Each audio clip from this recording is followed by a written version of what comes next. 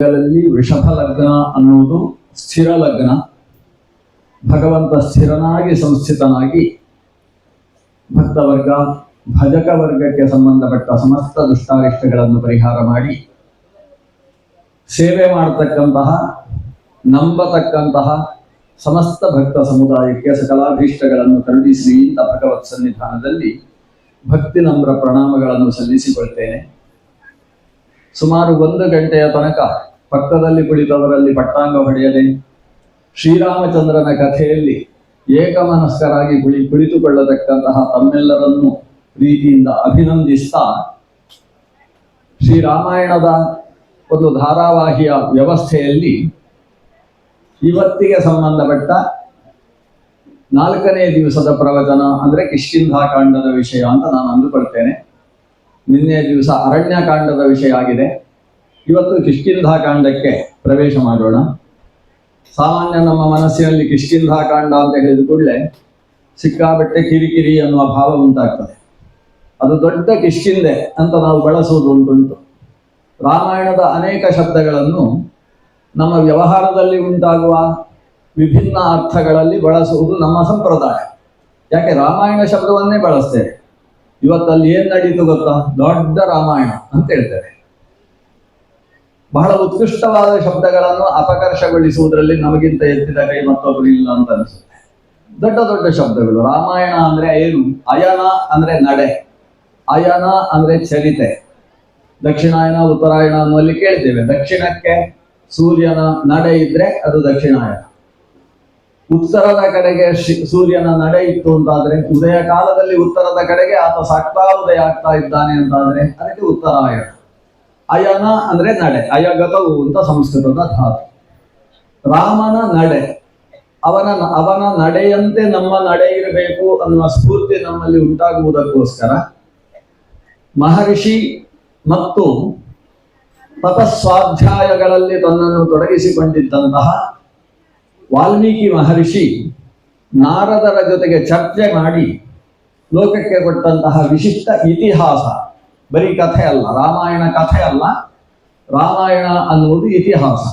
ಕಥೆಗೂ ಇತಿಹಾಸಕ್ಕೂ ವ್ಯತ್ಯಾಸ ಇದೆಯಲ್ಲ. ಕಥೆ ಅಂದ್ರೆ ಪಂಚತಂತ್ರದ ಕಥೆ, ಕಾಕೋಲು ಕೀಯ ಲಬ್ಧ ಪ್ರಣಾಶ ಮಿತ್ರಲಾಭ, ಇದೆಲ್ಲ ಕಥೆ. ಕಥೆ ಅಂದ್ರೆ ಸುಮ್ಮನೆ ಅದನ್ನು ಕೇಳಿದ್ರೆ ನಮ್ಗೆ ಸ್ವಲ್ಪ ಖುಷಿ ಆಗ್ತದೆ, ಜೊತೆಗೆ ನಾವು ಕೂಡ ಹೀಗೆ ಇರ್ಬೇಕಪ್ಪ ಅಂತ ಯಾವುದೋ ಒಂದು ನೀತಿ ನಮ್ಮ ಒಳಗೆ ಕೂಡ್ತದೆ. ಇಷ್ಟು ಕಥೆ. ಅದು ಹಾಗೆ ನಡೆದಿರಬೇಕು ಅಂತಿಲ್ಲ. ಆದ್ರೆ ಇತಿಹಾಸ ಅಂತ ಹೇಳಿದ್ರೆ ಅದು ಹಾಗೆ. ಇತಿ ಅಂದ್ರೆ ಈ ರೀತಿಯಲ್ಲಿ, ಹ ಅಂದ್ರೆ ನಿಶ್ಚಿತವಾಗಿಯೂ ಕೂಡ, ಆಸ ಅಂದ್ರೆ ನಡೆದಿತ್ತು. ಇದು ಕನ್ನಡದ ಶಬ್ದ ಅಂತ ತಿಳ್ಕೊಂಡು ಕನ್ನಡ ಪಂಡಿತರು ಅದಕ್ಕೆ ಬೇರೆ ಅರ್ಥ ಮಾಡಿದ್ದಾರೆ. ಇದ್ದದ್ದನ್ನು ತಿದ್ದದೆ ಹಾಗೆಯೇ ಸಂರಕ್ಷಿಸೋದು ಇತಿಹಾಸ ಅಂತ ನಾನು ಓದಿದ ಪುಸ್ತಕದಲ್ಲಿ ಇತ್ತು. ಅದು ಕೆಲವೆಲ್ಲ ಶಬ್ದಗಳನ್ನು ಹಾಗೆ. ಮದುವೆ, ಇದಕ್ಕೆ ಅರ್ಥ ಏನು ಅಂತ ಯಾರ ಹತ್ರ ಆದರೂ ಕೇಳಿದ್ರೆ ಕನ್ನಡದವರಿಗೆ ಅರ್ಥ ಹೇಳಲಿಕ್ಕೆ ಕಷ್ಟ ಆಗ್ತದೆ. ಅದು ಶುದ್ಧ ಕನ್ನಡದ ಶಬ್ದ. ಸಂಸ್ಕೃತದಲ್ಲಿ ಮದುವೆ ಅನ್ನುವ ಶಬ್ದ ಇಲ್ಲ. ಕಲ್ಯಾಣ, ವಿವಾಹ, ಪರಿಣಯ ಇಂಥ ಶಬ್ದಗಳಿರುವುದು. ಅದಕ್ಕೆ ಅತ್ಯಂತ ಸುಂದರವಾದ ಅರ್ಥ ಇದೆ. ಮದುವೆ ಅಂದ್ರೆ ಏನು ಅಂತ ಕೇಳಿದ್ರೆ ಒಬ್ಬರು ವ್ಯಾಖ್ಯಾನ ಮಾಡಿದ್ರು. ಆರಂಭದಲ್ಲಿ ಮಧು ಅಂತ ಇರ್ತದೆ, ಆಮೇಲೆ ವ್ಯಾ ಅನಿಸುತ್ತೆ, ಅದಕ್ಕೆ ಮದುವೆ ಅಂತ ಹೆಸರಿಟ್ಟು ಅಂತ ಒಬ್ಬ ಕನ್ನಡದ ಪಂಡಿತ ವ್ಯಾಖ್ಯಾನಿಸಿದ.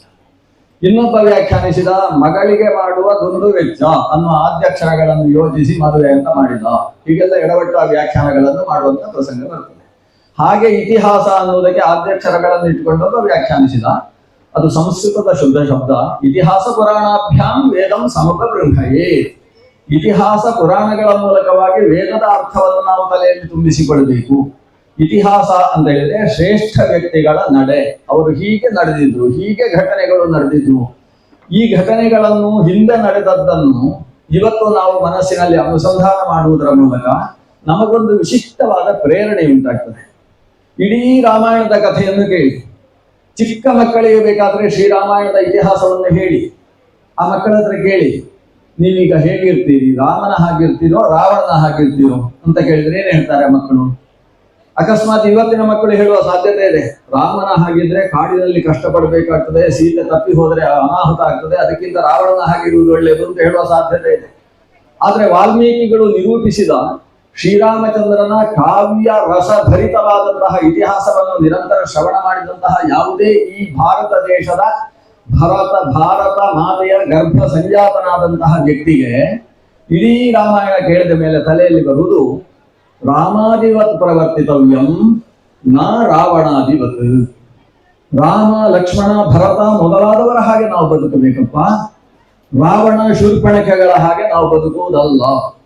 ಹಾಗಾದ್ರೆ ನಮ್ಮ ಬದುಕಿಗೆ ಒಂದು ಸರಿಯಾದ ಮಾರ್ಗವನ್ನು ತೋರಿಸುವಂತಹ ಮಾರ್ಗದರ್ಶಕವಾದಂತಹ ಅತಿ ಶ್ರೇಷ್ಠವಾದ ಇತಿಹಾಸ ಗ್ರಂಥದಲ್ಲಿ ಶ್ರೀಮದ್ ರಾಮಾಯಣ ಅಗ್ರಗಣ್ಯವಾಗಿ ನಮಗೆ ಕಾಣಿಸ್ತಾ ಇದೆ. ರಾಮಾಯಣದ ಬಗ್ಗೆ ಎಷ್ಟು ಕವಿಗಳು ಎಷ್ಟೆಷ್ಟು ಬಗೆಯಲ್ಲಿ ವರ್ಣನೆ ಮಾಡಿದರು. ಮಹಾಭಾರತದ ಕಥೆಯನ್ನು ಕನ್ನಡದ ಭಾಮಿನಿ ಷಟ್ಪದಿಯಲ್ಲಿ ಹೊರಗೆ ತರುವುದಕ್ಕೆ ಹೊರಟಂತಹ ಗದುಗಿನ ನಾರಣಪ್ಪ ಕುಮಾರವ್ಯಾಸ ಆತ ಒಂದು ಮಾತು ಹೇಳ್ತಾನೆ, ನಾನು ರಾಮಾಯಣದ ಕಥೆ ಬರೆಯುವುದಕ್ಕೆ ಹೋಗುವುದಿಲ್ಲ, ಯಾಕಂದ್ರೆ ಎಷ್ಟು ರಾಮಾಯಣದ ಬಗ್ಗೆ ಇವತ್ತು ಗ್ರಂಥಗಳು ಕವಿಗಳು ಬಂದಿದ್ದಾರೆ ಅಂತ ಹೇಳಿದ್ರೆ ತಿಳಿಸಿದನು ಫಣಿರಾಯ ರಾಮಾಯಣದ ಕವಿಗಳ ಭಾರದಲ್ಲಿ ಅಂತ ಶುರು ಮಾಡ್ತಾನೆ.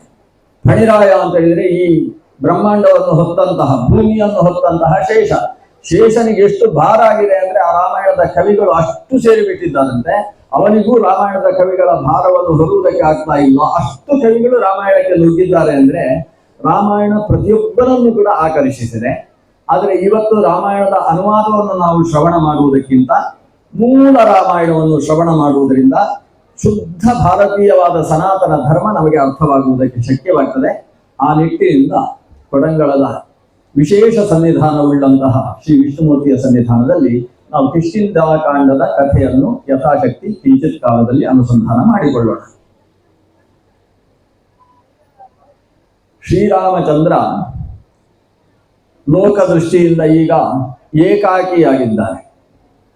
ಭಗವಂತನನ್ನು ವೇದ ಹೇಳುವಾಗ ಏಕಂ ಸದ್ವಿಪ್ರಾಹ ಬಹುಧಾ ವದಂತಿ, ಅವನನ್ನು ಏಕ ಅಂತ ಕರೀತಾರೆ. ಸೀತಾ ಸಮೇತನಾಗಿದ್ದ ಶ್ರೀರಾಮಚಂದ್ರ ಈಗ ನೋಡುವುದಕ್ಕೆ ಏಕಾಕಿ. ಸೀತೆಯನ್ನು ಈ ದೇಶಕ್ಕಿಂತ ಹೊರಗೆ ಸಮುದ್ರದ ಮಧ್ಯದಲ್ಲಿರ್ತಕ್ಕಂಥ ವಿದೇಶದ ಜನ ಲಪಟಾಯಿಸಿ ಬಿಟ್ಟಿದ್ದಾರೆ. ಭಗವಂತ ಶ್ರೀರಾಮ ತಾನು ಹಾಗೆ ನಡೆದು ತನ್ನ ಜೊತೆಗಿರತಕ್ಕಂತಹ ಲಕ್ಷ್ಮಣನ ಜೊತೆಗೆ ಸೀತೆಯ ಕಥೆಯನ್ನು ಹೇಳ್ತಾ ಅಂಥ ಸೀತೆ ಹೇಳಿದ್ದಾಳೆ ಅಂತ ಪ್ರಶ್ನಿಸ್ತಾ ದಾರಿಯಲ್ಲಿ ಸಿಕ್ಕಿದಂತಹ ಜಿಂಕೆಗಳ ಹತ್ರ ಕೇಳ್ತಾನೆ, ನಿಮ್ಮ ಹಾಗೆ ಕಣ್ಣುಳ್ಳಂತಹ ನನ್ನಾಕೆ ಎಲ್ಲಿ ಅಂತ ಕೇಳ್ತಾನೆ. ಅಲ್ಲಿದ್ದ ಮರಗಳಲ್ಲಿ ವೃಕ್ಷಗಳಲ್ಲಿ ಲತೆಗಳಲ್ಲಿ ಪ್ರಶ್ನಿಸ್ತಾನೆ, ನಿಮ್ಮ ಹಾಗೆ ಬಳುಕು ಗಾತ್ರದಂತಹ ಲತಾಂಗಿಯಾದ ನನ್ನ ಹುಡುಗಿ ನನ್ನ ಹೆಂಡತಿ ಎಲ್ಲಿದ್ದಾಳೆ ಅಂತ ಅವುಗಳಲ್ಲಿ ಪ್ರಶ್ನಿಸ್ತಾನೆ. ಯಾವುದು ಜಡ ಯಾವುದು ಚೇತನ ಅನ್ನುವ ಒಂದು ಭಾವನೆಯೇ ತಪ್ಪಿ ಹೋಗಿದೆಯೋ ಅನ್ನುವ ಹಾಗೆ ತನ್ನ ಅರ್ಧಾಂಗಿನಿಯಾಗಿದ್ದುಕೊಂಡು ತನ್ನ ಕುಟುಂಬದಲ್ಲಿ ಸಮಗ್ರ ಭಾರವನ್ನು ಹೊತ್ತು ನಿಂತಿದ್ದಂತಹ ತನ್ನ ಪತ್ನಿ ಕಾಣೆಯಾದ ಸ್ಥಿತಿಯಲ್ಲಿ ಯಾವ ರೀತಿಯ ಭಾವ ಗಂಭೀರತೆ ಉಂಟಾಗ್ತದೆ ಆ ಗಂಭೀರತೆಯನ್ನು ಆತ ತಾನು ಹೊರಗೆ ತೋರ್ಪಡಿಸಿಕೊಳ್ತಾನೆ. ಹಾಗೆ ಸಾಕ್ತಾ ಬಂದಂತಹ ಲಕ್ಷ್ಮಣ ಸಮೇತನಾದಂತಹ ಶ್ರೀರಾಮ ಪಂಪಾ ಸರೋವರದ ತೀರದಲ್ಲಿದ್ದಾನೆ. ಆ ಪ್ರದೇಶವನ್ನು ಕಿಷ್ಕಿಂಧೆ ಅಂತ ಕರೀತಾರೆ. ಋಷ್ಯಮೂಕ ಅನ್ನುವ ಎತ್ತರದ ಬಂಡೆಯ ಪರ್ವತ, ಅದನ್ನು ಶೈಲ ಅಂತ ಕರೀತಾರೆ. ಶೈಲ ಅಂದ್ರೆ ಶಿಲಾನಾಂ ಸಂಘಾತಃ ಶೈಲ, ಬರೀ ಕಲ್ಲುಗಳಿಂದಲೇ ನಿರ್ಮಿತವಾದಂತಹ ದೊಡ್ಡ ಪರ್ವತ. ಅದರ ಬುಡದಲ್ಲಿ ಕಲ್ಲಿನ ಮಧ್ಯದಿಂದಲೇ ಹೊರಗೆ ಬಂದಿರತಕ್ಕಂತಹ ನಾನಾ ನೀರಿನ ಸೆಳವುಗಳಿಂದ ಸೇರಿರತಕ್ಕಂತಹ ಒಂದು ನದಿ, ಅದು ಒಂದು ದೊಡ್ಡ ಸರೋವರದ ಸ್ವರೂಪದಲ್ಲಿ ನಿಂತಿದೆ. ಅಲ್ಲಿಂದ ಮತ್ತೆ ನೀರು ಹರಿದು ಮುಂದಕ್ಕೆ ಸಾಗ್ತದೆ. ಆ ಸರೋವರವನ್ನು ಪಂಪಾ ಸರೋವರ ಅಂತ ಕರೀತಾರೆ. ಶ್ರೀರಾಮಚಂದ್ರ ಆ ಸರೋವರಕ್ಕೆ ಬಂದವ ಮೊದಲು ತನ್ನ ಮುಖವನ್ನು ತೊಳೆದುಕೊಂಡು ಆಮೇಲೆ ಕೈಯನ್ನು ತೊಳೆದು ಮತ್ತೆ ಮುಖ ತೊಳೆದು ಮತ್ತೆ ಕಾಲು ತೊಳಿತಾನೆ. ನಾವು ಕಾಲು ತೊಳೆಯುವುದಕ್ಕೂ ರಾಮಚಂದ್ರ ತೊಳೆಯುವುದಕ್ಕೆ ವ್ಯತ್ಯಾಸ ಇದೆ. ನಾವೇನ್ ಮಾಡ್ತೇವೆ ಅಂದ್ರೆ ಮೊದಲು ಸರೋವರಕ್ಕೆ ಹೋಗಿ ಕಾಲನ್ನು ಪಚ ಮಾಡಿ ಅದರ ಕೆಳಗಿದ್ದದ್ದು ಎಲ್ಲ ಕೆಸರನ್ನು ಏಪಿಸಿ ಆಮೇಲೆ ಮುಖ ತೊಳಿತೇವೆ. ಆದ್ರೆ ವಿಧಾನ ಹೇಗಿದೆ? ನೀರಿಗೆ ಇಳಿಯುವುದಕ್ಕಿಂತ ಮುಂಚೆ ಮೇಲಿನ ನೀರಿನ ಆ ಹುಲ್ಲುಗಳನ್ನು ಅಥವಾ ತರೆಗೆಲೆಗಳನ್ನು ಬದಿಗೆ ಮಾಡಿ ಆ ನೀರಿನಿಂದ ಮುಖ ತೊಳೆದುಕೊಂಡು ಕೈಯನ್ನು ಶುದ್ಧೀಕರಿಸಿ ಮತ್ತೊಮ್ಮೆ ಮುಖ ತೊಳೆದು ಆಮೇಲೆ ನೀರಿಗೆ ಇಳಿದು ಪಾದವನ್ನು ತೊಳೆಯುವಂತಹದ್ದು ಕ್ರಮ. ಆ ಕ್ರಮದಲ್ಲಿ ಕೈ ಕಾಲು ಮುಖಗಳನ್ನು ತೊಳೆದಂತಹ ಪಂಚಾದ್ರೀಕರಣ ಮಾಡಿಕೊಂಡಂತಹ ಈ ಭಗವಂತ ಶ್ರೀರಾಮಚಂದ್ರ ಲಕ್ಷ್ಮಣನಲ್ಲಿ ಹೇಳ್ತಾನೆ, ಎಷ್ಟು ಸುಂದರವಾದ ಸರೋವರ, ಅಚ್ಚ ಸ್ವಚ್ಛ, ಮೇಲಿನಿಂದ ನೋಡಿದರೆ ಕೆಳಗೆ ಅಡಗಿಕೊಳ್ಳುವುದಕ್ಕೆ ಮೀನುಗಳಿಗೆ ಜಾಗ ಇಲ್ಲ. ಅಡಿಯಲ್ಲಿದ್ದ ಮೀನುಗಳು ಕೂಡ ಯಾವ ಬಣ್ಣದ ಮೀನು ಅಂತ ನಾವು ಹೇಳುವುದಕ್ಕೆ ಸಾಧ್ಯವಾಗುವಷ್ಟು ಪರಿಶುದ್ಧವಾದಂತಹ ನೀರು. ಆದರೆ ಈ ನೀರು ಇಷ್ಟು ಶುದ್ಧವಾಗಿದೆ, ಆದ್ರೆ ನಮ್ಮ ಮಾನಸ ಜಲ ಪೂರ್ತಿ ಅಶುದ್ಧ ಆಗಿ ಹೋಯ್ತಲ್ವಾ ಸೀತೆಯನ್ನು ಕಳೆದುಕೊಂಡು ಅಂತ ಆ ಸರೋವರವನ್ನು ನೋಡ್ತಾ ನಮ್ಮ ಮನಸ್ಸು ಪಂಪಾ ಸರೋವರದ ಹಾಗಿರಬೇಕು, ಆದ್ರೆ ಅದಕ್ಕೆ ದುಷ್ಟ ಜನ ಅವಕಾಶ ಕೊಡ್ತಾ ಇಲ್ವಲ್ಲ ಅಂತ ಹೇಳ್ತಾ ಹೇಳ್ತಾ ದುಷ್ಟರು ಯಾವ ರಾವಣ ಪ್ರಭೃತಿಗಳು ಲಂಕೆಯಿಂದ ಬಂದು ಸೀತಾಮಾತೆಯನ್ನು ಕದ್ದುಕೊಂಡು ಹೋಗಿದ್ದಾರೆ ಅವರ ಬಗ್ಗೆ ತನ್ನ ಒಳಗಿದ್ದ ಆಕ್ರೋಶವನ್ನು ವ್ಯಕ್ತಪಡಿಸ್ತಾರೆ. ಅಷ್ಟರಕ್ಕೆ ಆ ಪರ್ವತದ ತುದಿಯಲ್ಲಿ ನಮ್ಮ ಕಪಿರಾಜರು ಇದ್ದಾರೆ. ಅದರಿಂದ ಕಪಿಗಳ ಕಥೆ ಶುರುವಾಗುವುದೇ ಕಿಷ್ಕಿಂಧ ಕಾಂಡದಲ್ಲಿ. ಇಲ್ಲಿಯ ತನಕ ಮಂಗಗಳ ಕಥೆ ರಾಮಾಯಣದಲ್ಲಿ ಬರಲಿಲ್ಲ. ಆರಂಭ ಆದದ್ದು ಅಯೋಧ್ಯೆಯ ಕಥೆಯಲ್ಲಿ, ಈಗ ಬಂದದ್ದು ಕಿಷ್ಕಿಂಧೆಯ ಕಥೆಗೆ, ಮುಂದಕ್ಕೆ ಹೋಗುವುದು ಲಂಕೆಯ ಕಥೆ. ಹೀಗೆ 3 ರಾಜಧಾನಿಗಳ ಕಥೆಗೆ ರಾಮಾಯಣ ಅಂತ ಹೆಸರು. ಆದರೆ ಈ 3 ರಾಜಧಾನಿಯಲ್ಲಿ ಆದ ಅನಾಹುತ ಏನು ಅಂದ್ರೆ, ಅಣ್ಣನಿಗೆ ಸಿಗಬೇಕಿದ್ದಂತಹ ರಾಜ್ಯ ತಮ್ಮನಿಗೆ ಸಿಕ್ಕಿತು ಅನ್ನೋದು 3 ರಾಜಧಾನಿಯಲ್ಲೂ ನಡೆದಂತಹ ಘಟನೆ. ಆದ್ರೆ ಆ ಘಟನೆಯಲ್ಲಿ ಎಷ್ಟು ವ್ಯತ್ಯಾಸ ಇದೆ. ಅಯೋಧ್ಯೆಯಲ್ಲಿ ಅಣ್ಣನಾದ ರಾಮನಿಗೆ ಸಿಗಬೇಕಾದಂತಹ ರಾಜ್ಯ ತಮ್ಮನಾದ ಭರತನಿಗೆ ಸಿಕ್ಕಿತ್ತು ಹೌದು, ಆದರೆ ಭರತ ಸಿಂಹಾಸನದಲ್ಲಿ ಹೋಗಿ ಕುಳಿತುಕೊಳ್ಳಿಲ್ಲ.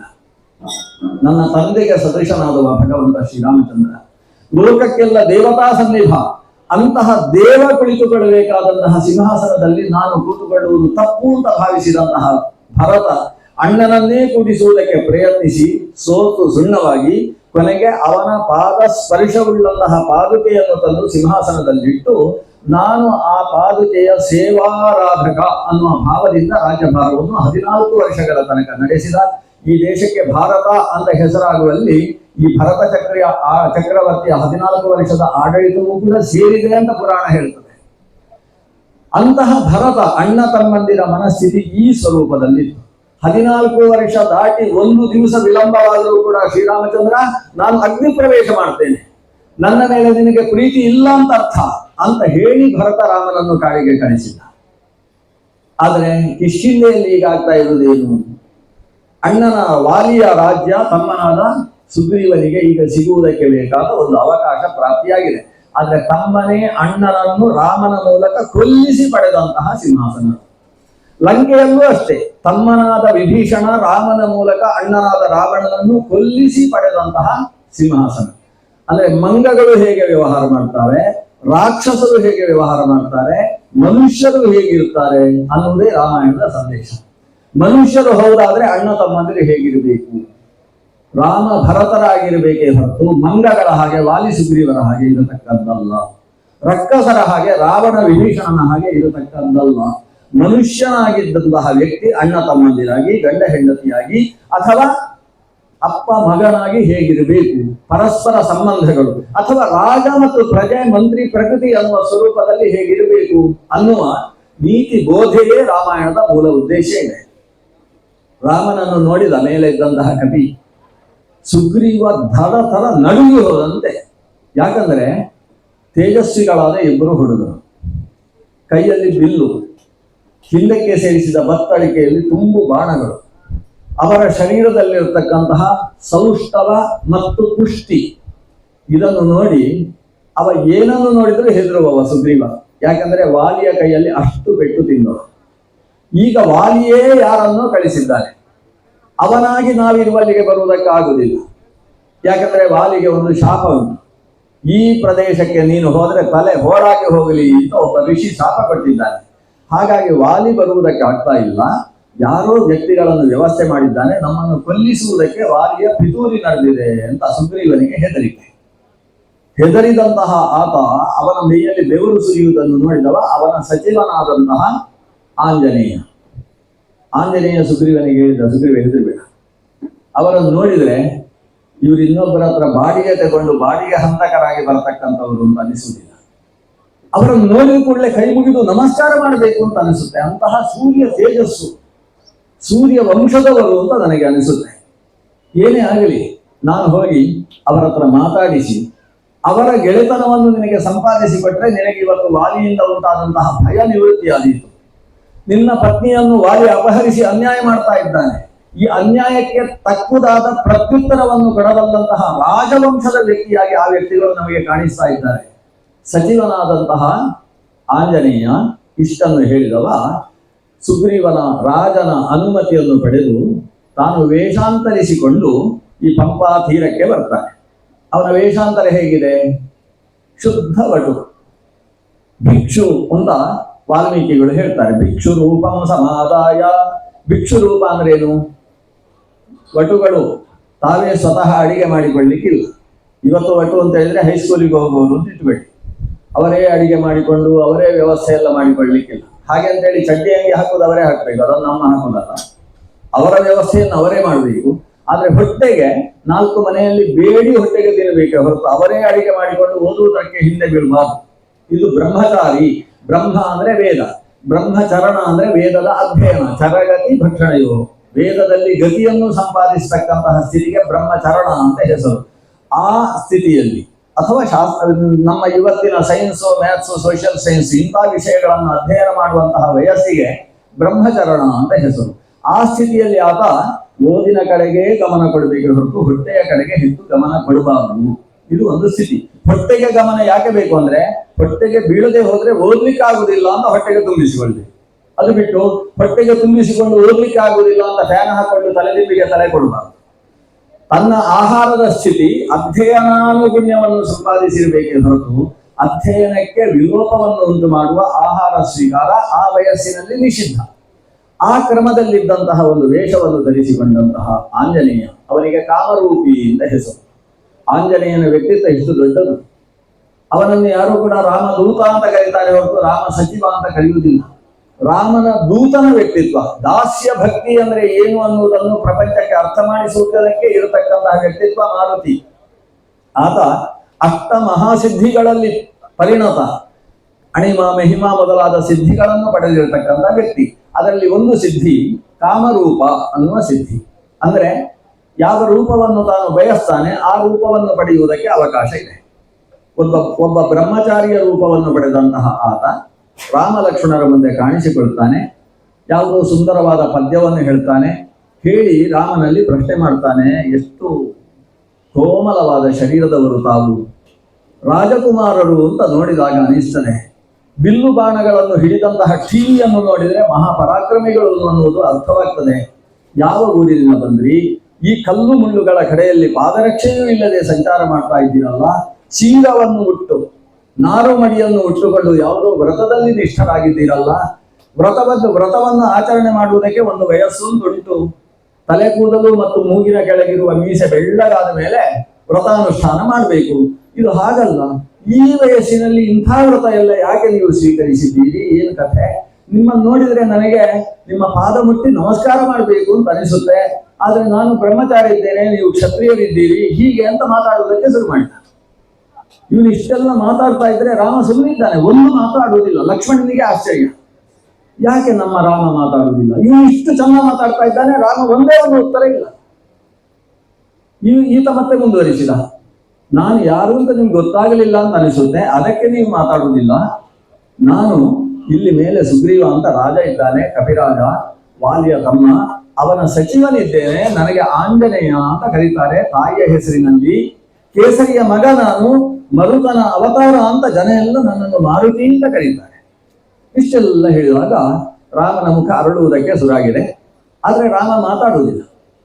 ಲಕ್ಷ್ಮಣನ ಮುಖ ನೋಡ್ತಾನೆ. ಲಕ್ಷ್ಮಣ, ನಾನು ಅವ ಮಾತಾಡುವಾಗ ಮಾತಾಡ್ಲಿಲ್ಲ, ಯಾಕೆ ಗೊತ್ತಾ? ನಾನು ಮಾತಾಡಿದ್ರೆ ಅವ ಮಾತು ನಿಲ್ಲಿಸ್ತಾನಲ್ವ, ಅದಕ್ಕೆ ಮಾತಾಡ್ಲಿಲ್ಲ. ಅವನು ಮಾತಾಡ್ತಾ ಇದ್ರೆ ಕೇಳಬೇಕು ಅಂತ ಅನಿಸುತ್ತೆ. ನಮ್ದು ಹಾಗಲ್ಲ, ಒಬ್ರು ಮಾತು ಶುರು ಮಾಡಿದ ಕೂಡಲೇ ಅವರಿಗಿಂತ 20 ಮಾತು ನಮ್ದು ಜಾಸ್ತಿ ಆಗ್ತದೆ.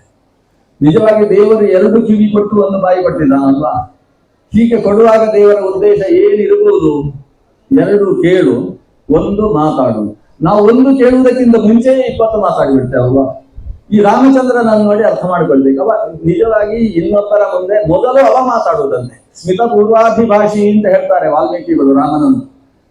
ಈ ಒಟ್ಟು ಮಾತಾಡ್ತಾ ಇದ್ರೆ ಕೇಳ್ತಾನೆ. ಕೇಳಿ ಆಂಜನೇಯ ಇಲ್ಲಿ ಲಕ್ಷ್ಮಣನ ಹತ್ರ ಹೇಳ್ತಾನೆ, ಲಕ್ಷ್ಮಣ, ಅವನು ಕೇಳಿದ ಪ್ರಶ್ನೆಗೆಲ್ಲ ನೀವು ಉತ್ತರ ಕೊಡು. ಸುಗ್ರೀವನ ಜೊತೆಗೆ ಗೆಳೆತನ ಸಂಪಾದಿಸಬೇಕು ಅಂತ ಹೇಳ್ತಾ ಇದ್ದಾನೆ.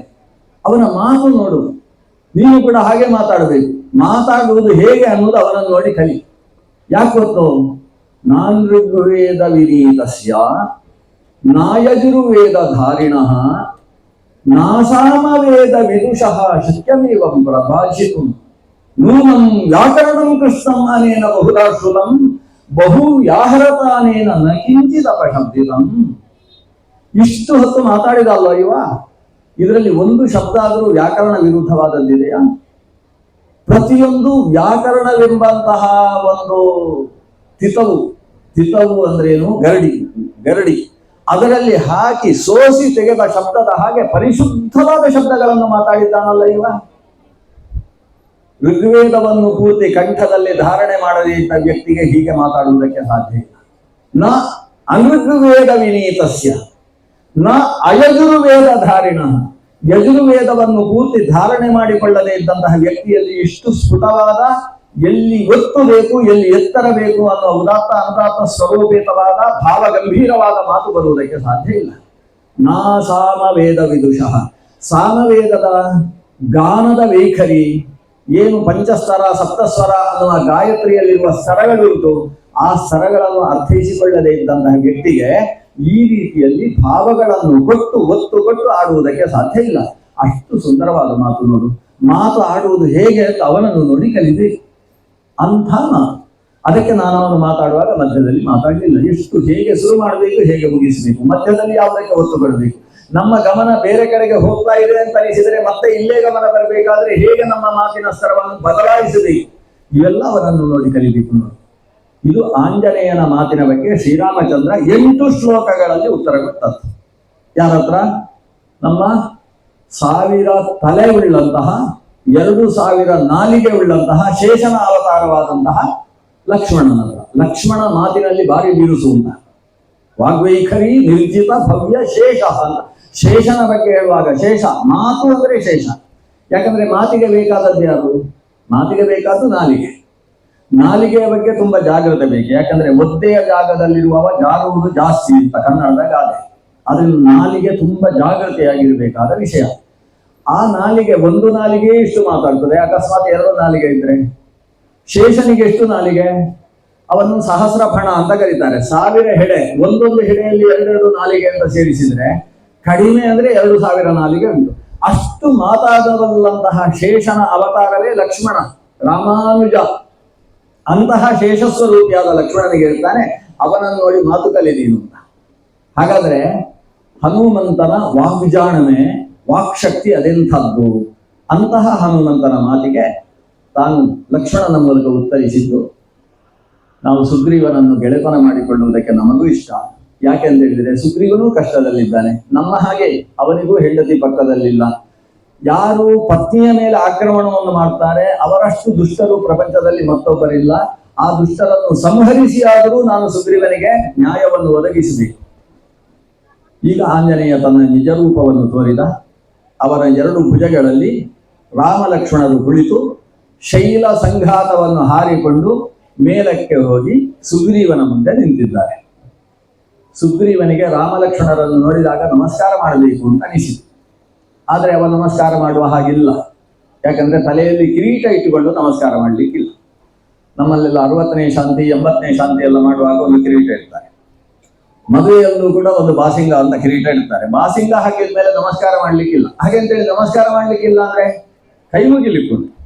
ಇವರು ಕೆಲವು ಸಲ ನಮಸ್ಕಾರ ಮಾಡ್ಲಿಕ್ಕಿಲ್ಲ ಅಂತ ಇದ್ದವರಿಗೆಲ್ಲ ಆಶೀರ್ವಾದ ಮಾಡ್ತಾ ಹೋಗ್ತಾರೆ. ಹಾಗಲ್ಲ, ಅವರಿಗೆ ತಲೆ ಬಗ್ಗಿಸಿ ನಮಸ್ಕಾರ ಮಾಡುವುದಕ್ಕಿಲ್ಲ. ಕಿರೀಟಧಾರಿಯಾದಂತಹ ವ್ಯಕ್ತಿ, ಇವತ್ತು ಯಾರು ಸಬ್ ಇನ್ಸ್ಪೆಕ್ಟರ್ ಮತ್ತೊಬ್ಬರು ತಲೆಗೆ ಟೊಪ್ಪಿ ಹಾಕಿಕೊಂಡು ಅವರು ನಮಸ್ಕಾರ ಮಾಡುವುದಕ್ಕಿಲ್ಲ.